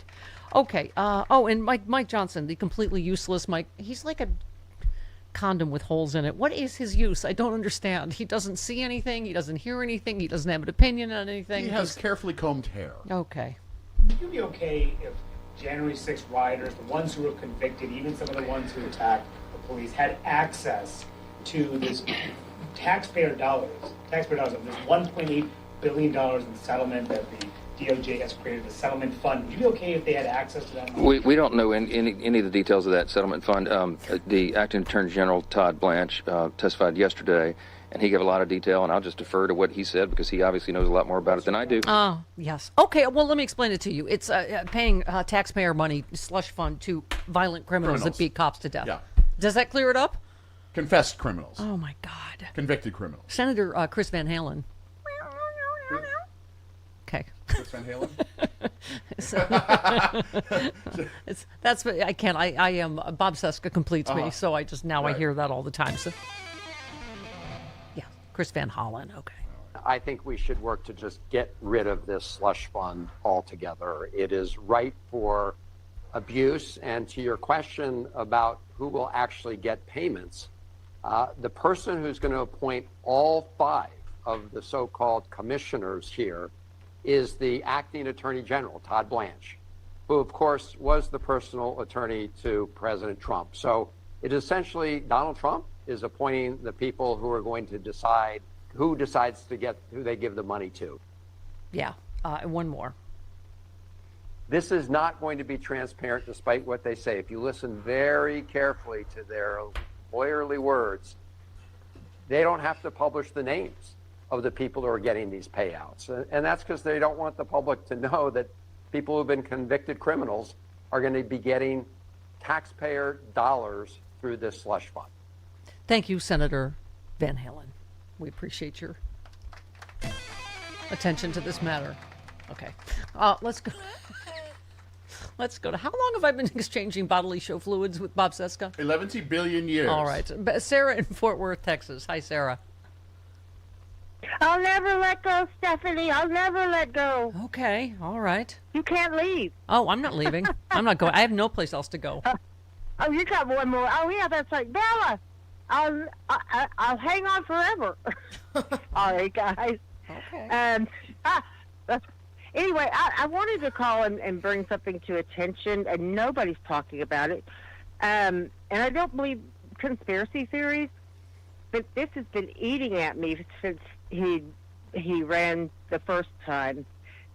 You know how they said that there were like 1,500 children that have never been found. Mm-hmm. I think, interesting. Epstein, human trafficker. Yeah. I'm just saying there might be some notes in that Epstein files. Yep. Yeah, we keep talking about as bad. Well. Yeah. Can we play Burning Down the House for Thomas Massey? I'm just saying. I'm inspired by the David Byrne playing on Stephen Colbert's show. I'm just saying. Burn it down. Shouldn't he finally just burn it down? Burn it all down on your way out. Steve in Vermont. Hello, Steve. Hi, everyone. Since we're going to rename everything and they call us the Democrat Party, emphasis on the rat, why shouldn't we call them the pedophile party? They are the pedophile party, especially after the Massey thing. Yeah, they are. They are officially now the party of pedophiles. Mm-hmm. All right. Speaking of great things from Texas, sigh, Jasmine Crockett. We haven't had one hearing on white supremacy. Yet when we look at things like the killing of Ahmaud Arbery, George Floyd, Breonna Taylor, the 9 worshipers who were murdered at the Mother Emanuel AME Church, the 23 people murdered in 2019 during the shooting at Walmart in El Paso, the 10 people murdered during the 2022 shooting at a grocery store in Buffalo, New York, all of these were murdered by white supremacists who are empowered by the Republican Party's racist rhetoric and policies. This is the same party that wants to drag us back to the Jim Crow era. Yeah. Oh, she's fire. Speaking of burning down the house. Burn down the house, Thomas Massey. Do it. Just...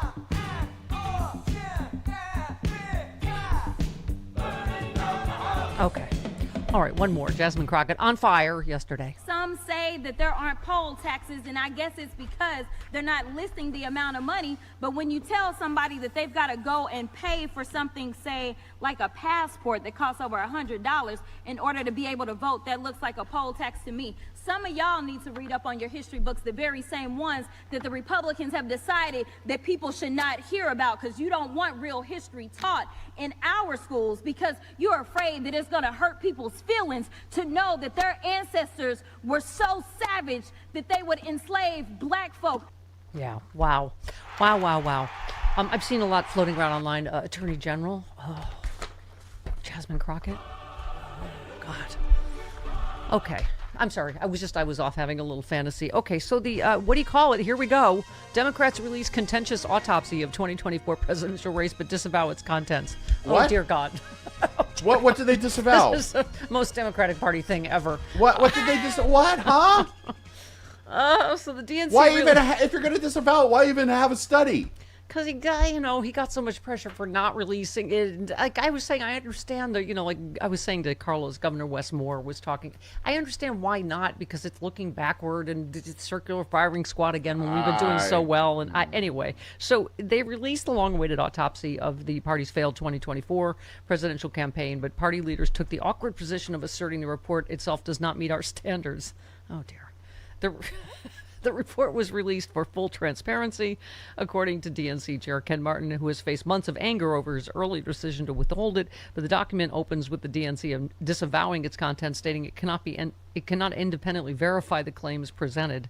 Oh my God, they're even fighting over the fight about the fighting that happened in 2020. Okay. The draft report that says while it might be tempting for Democrats to point to narrow margins of defeat for Kamala Harris and down ballot candidates and argue they need to tweak rather than overhaul their approach, this denialist thinking prevents the party from seeking real accountability and making necessary changes.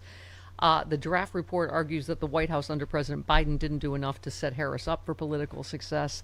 The White House did not position or prepare the vice president. Had the White House explored and evaluated ways to leverage Kamala Harris earlier in the administration, perhaps it would have improved the president's standing. It certainly could have helped prepare her to lead the ticket. The committee's initial decision to withhold the report was driven by Martin's desire to avoid reigniting the finger pointing that consumed the party after the loss. Democrats have been notching a string of wins at the ballot box since then. This is Washington Post reporting this morning. During Harris's campaign, the report said pollsters recognized Trump's ads attacking her stance on transgender issues were very effective and concluded that if the vice president would not change her position, and she did not, then there was nothing which could have worked as a response. Martin defended the decision to keep the report private in a statement to the Washington Post. Here's our North Star. Does this help us win? If the answer is no, it's a distraction from the core mission. After last November's massive Democratic wins, I didn't want to create a distraction by not putting out the report. I ended up creating an even bigger distraction for that. I sincerely apologize. The report calls for a greater focus on voters in Middle America and the South. It laments have come to believe they are not included in the Democratic vision. Well, the Supreme Court's taken care of that. They've taken care of voting in the South in general. Harris wrote off rural America, assuming urban suburban margins would compensate.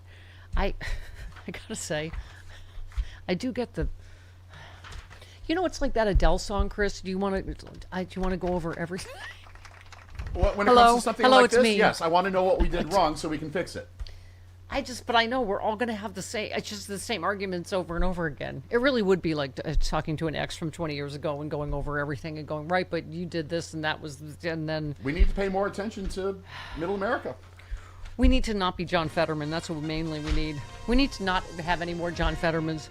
So his chief of staff just quit. Yep. He's had an exodus after his recent alignment with Republicans and Trump on issues like the war in Iran.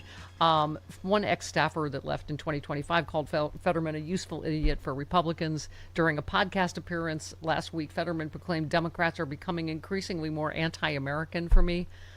I'm sorry, it is the most pro-American thing you can do is be against Trump and this version of the Republican Party. This is not the America I don't think any of us recognize. There's nothing anti-American. And you don't laugh at Trump calling a reporter piggy. Yeah, exactly. It's not like it's not Fetterman honest did. and refreshing. Right. Yeah, and Trump obviously promised Fetterman his total and complete endorsement. Wear some effing pants. I have to say that every time.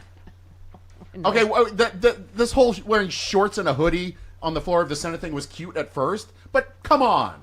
You're an effing senator, dude. Exactly. Here's the thing, Chris. I guess just the point of all this conversation is just, please can we learn to somehow at some point coalesce. The Republicans are still supporting who they know is a child rapist. I can't even list the number of crimes now. The 34 convicted felonies was just the beginning of it. But this, we don't know what is going on with Jared Polis. I don't understand bending the knee ever to this guy, particularly now. What? Oh, I love shock poll. I'm like, is it shocking that Trump is at another historic low? But this, I guess, because it's a Fox poll. So, yeah. But the Colorado Democratic Party censured Jared Polis. Good. Governor Polis yesterday in a stinging rebuke of his decision to grant Tina Peters early release from prison. Because I couldn't remember all the details, Peters was a former Mesa County clerk, was convicted in Colorado State Court in 2024 on 7 counts, including 4 felonies, after she conspired to breach her county's voting systems in 2021. She was sentenced to 9 years in prison. The judge said to her, "I'm convinced you would do it all over again if you could. You're as defiant a defendant as this court has ever seen." This is the point, Chris, is it gives the go-ahead for this in the future to go, go ahead to lie and cheat and steal as much as you can for Trump and Republicans. Last week, Polis granted Peters clemency and said she'll be released on June 1st after Trump repeatedly demanded she be freed. The jury found she conspired with associates of Mike Lindell. Oh, God. in a harebrained attempt to prove the 2020 election was rigged against Trump and justifying granting her clemency, the governor has made several misleading claims about Peter's conviction, prompting a lengthy fact check from CNN. And the Democratic Party said this is not a small policy disagreement at all whatsoever. I think it's a direct rebuke of the principles of accountability and election integrity that uphold our democracy, and as such, we need to treat it for the serious matter it is. Trump, do you remember he gave her like a pardon, which he can't do because it's state crimes, but he did it anyway. And it seems the only reason Polis did this is because Trump told him to. Like, what are we even doing here? I wish we knew the whole story. You speculated blackmail only because it doesn't make any sense, right? Oh, yeah, I don't know. It's harder and harder to blackmail a homo anymore. But yes, we know you're a homo, right? Okay, 49 minutes after the hour. We were saying with Bill Cassidy, like you can't bend the knee enough. I mean, he's a doctor that voted for Bobby Kennedy, and he knew that was wrong. But you can't bend. I was a lot of people talking about Mark Cuban, which I'm sure because you were there with him. He was campaigning for Kamala. Someone posted, Mark Cuban, I'm so disappointed in you, man, standing there alongside RFK Jr. and Oz behind Donald Trump while he blabbed on and on about how January 6ers were prosecuted and deserved to be compensated to the tune of $1.8 billion. Trump is a 34-count convicted felon who cozies up to fascists and white supremacists. Why would you lend any of your credibility to these douchebags? I mean, it's just, it's like Jared Polis, and a Democratic governor pardons a election-denying crook, Tina Peters. I mean, why? I don't know what Jared Polis is doing. Like, that doesn't make a lick of sense to me. The entire Colorado Democratic Party called him out on it. John Hickenlooper called him out on it. Like, that's disturbing. I don't know what kind of blackmail there's going on there. That was where my mind went. Yeah. They must have something on Jared Polis. Yeah. I don't know. The only thing I can kind of think of is like, look, I think people forget, like, Polis, yes, as a member of Congress, was the governor, but he's also a very wealthy individual himself. So it may be that there's, those people protect each own. I mean, I think you just got to be honest about that. There's a powerful, wealthy, influential class of people, the Epstein class, as John Ossoff and Ro Khanna call them. And the only thing they care about is protecting themselves and each other. They don't really care about partisan politics. So there's just a game to them. Yeah. And to the rest of us, it's about our lives. Yeah. So we got to break that glass. It just has to happen. And maybe that's what happened in Colorado. I don't know. With Cuban, I think I like Mark Cuban. I don't have anything against him. I think it's a sincere desire to try to help people afford prescription drugs. Maybe there's a grift to it that I don't fully understand yet. But nobody in this country has done more to make sure that Americans go bankrupt when they get sick than Donald Trump and the Republicans in Congress right now. Yeah. They cut Medicare, Medicaid. Yeah. They cut cancer research for kids. Like, for Cuban to go stand up there and not say that, it's no different than Joe Rogan doing his podcast and crapping all over Trump for the war in Iran and then standing in the Oval Office because Trump dangled a carrot in front of him for psychedelics a couple weeks ago. So Exactly. Well, yeah, one last one. Brockman said, Mark Cuban, I thought you were a man of integrity, but you turned out to be another huge disappointment. You laughed when Trump said you made a mistake endorsing Kamala. You had a moment to make a difference, but you cowered like every other compliant effer. Your intentions to lower healthcare prices may have been noble, but your silence was deafening. Yeah, you get used in a prop for him to explain why he's, paying off terrorists with our money. Your face is on that. And that's what he does. And it's one thing when you're like, okay, a lot of people were critical of Gretchen Whitmer when she met with the president, but like, she met with the president to save an army base in Michigan. She met with the president to get disaster relief for people who couldn't get their electricity turned on in the middle of an ice storm. That's what you should be doing when you're the governor of a state. You have a responsibility to your people. But when you're Mark Cuban and you're a billionaire and you have the ability to like do the work that you need to do without Donald Trump, he doesn't need Donald Trump for anything. It's disgusting. Same thing with Rogan, same thing with Dana White and all these other guys that are out there. They're doing it for favors. Yeah. They're doing it because they're part of a class of people that doesn't give a damn about you or I. They just don't. And Trump will tell you that. Yeah. Twice in the last week, Donald Trump has said he doesn't care about your finances and how the war in Iran is impacting them. That's why his approval rating's at 32%. Yep. By the way, you made it. I just thought a great point on where is this? Blue Sky. I know it's fun to blame all the weird that Trump does on his very obvious cognitive decline, but can I also point out that he's just a tremendous hole with no respect for anybody? Yeah. Works for him. Yes, there's that. Both can be true. That's right. Two things can be true. He can be a dementia-riddled old man and an absolute jerk. And that's what it is. And like, if you go back and you look through his whole life, he's left a slew of people that he has destroyed. And I think about it like this. It's like, think about all the contractors that he's hired to do work on his stupid, ugly, gaudy buildings, and then he doesn't pay. Yeah. So there's like all these people he doesn't pay. He's gone all around the world or all around the country doing these rallies where he goes into small towns, flies into their airport, does a rally, and then he doesn't reimburse the town for the space that he rented or law enforcement that came to like help manage traffic. He doesn't pay for that stuff. So there's cities all across America that are suing him, trying to get their money back, and he won't give it to them. So like he doesn't care about anyone. He's just a really bad, awful human being. Yeah, we're his next bankruptcy, America. I mean, it's just it's so. And he's accelerating it. Go look at the debt and the deficit. It's ridiculous. Yeah, I mean, you said Fox News even is basically waving the white flag on inflation, saying prices are going to keep getting higher, and nobody has a plan to deal with it. I mean, they're stuck with just stuff like this. Peter Navarro, they're stuck with just lying. Here he goes. The United States military right now controls the Strait of Hormuz, which means it controls the supply of oil, not just to China, but to the entire East, okay? The Far East, as they used to call it.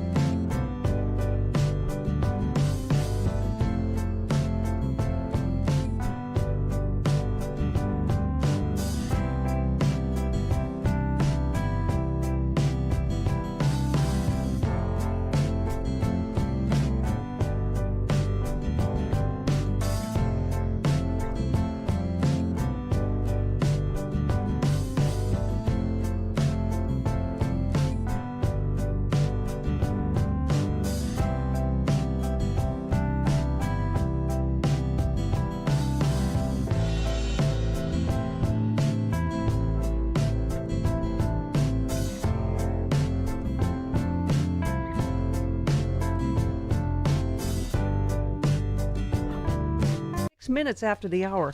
Oh, isn't this nice? J6 rioters elated at Trump's $1.8 billion fund. One of them who fled the country to avoid a prison sentence stemming from the riot. This is so lovely. He said how it made him feel surprised, relieved, grateful all at once. I'm glad it turned into something that could help people who've been hurting for quite a while now. I'm so happy for the violent terrorists that I'm paying with my taxpayer funds, but at least it's going to be a great Broadway show. I struck a cup with a big flagpole and I need cash now. Use DJT slush fund 877 cash home. I took a crap in the Capitol and I need cash now. Use DJT slush fund 877 cash home. 877 cash home. If you are a psycho, they'll help you too. Stolen taxpayer cash they will give to you. If you're a violent felon and you need cash now, use DJT slush fund 877 cash home. Hey, it's not your cash, but use DJT slush fund 877 cash home.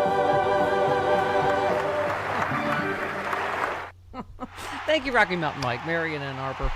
Yes, of course, a Newsmax host said paying rioters makes a lot of sense. Huh? They said it was a setup. Oh, I see. January 6th. Who set them up? Well, Donald Trump set them up. And people went to jail and their lives were ruined. Yes, that's what happens when you commit violent felonies.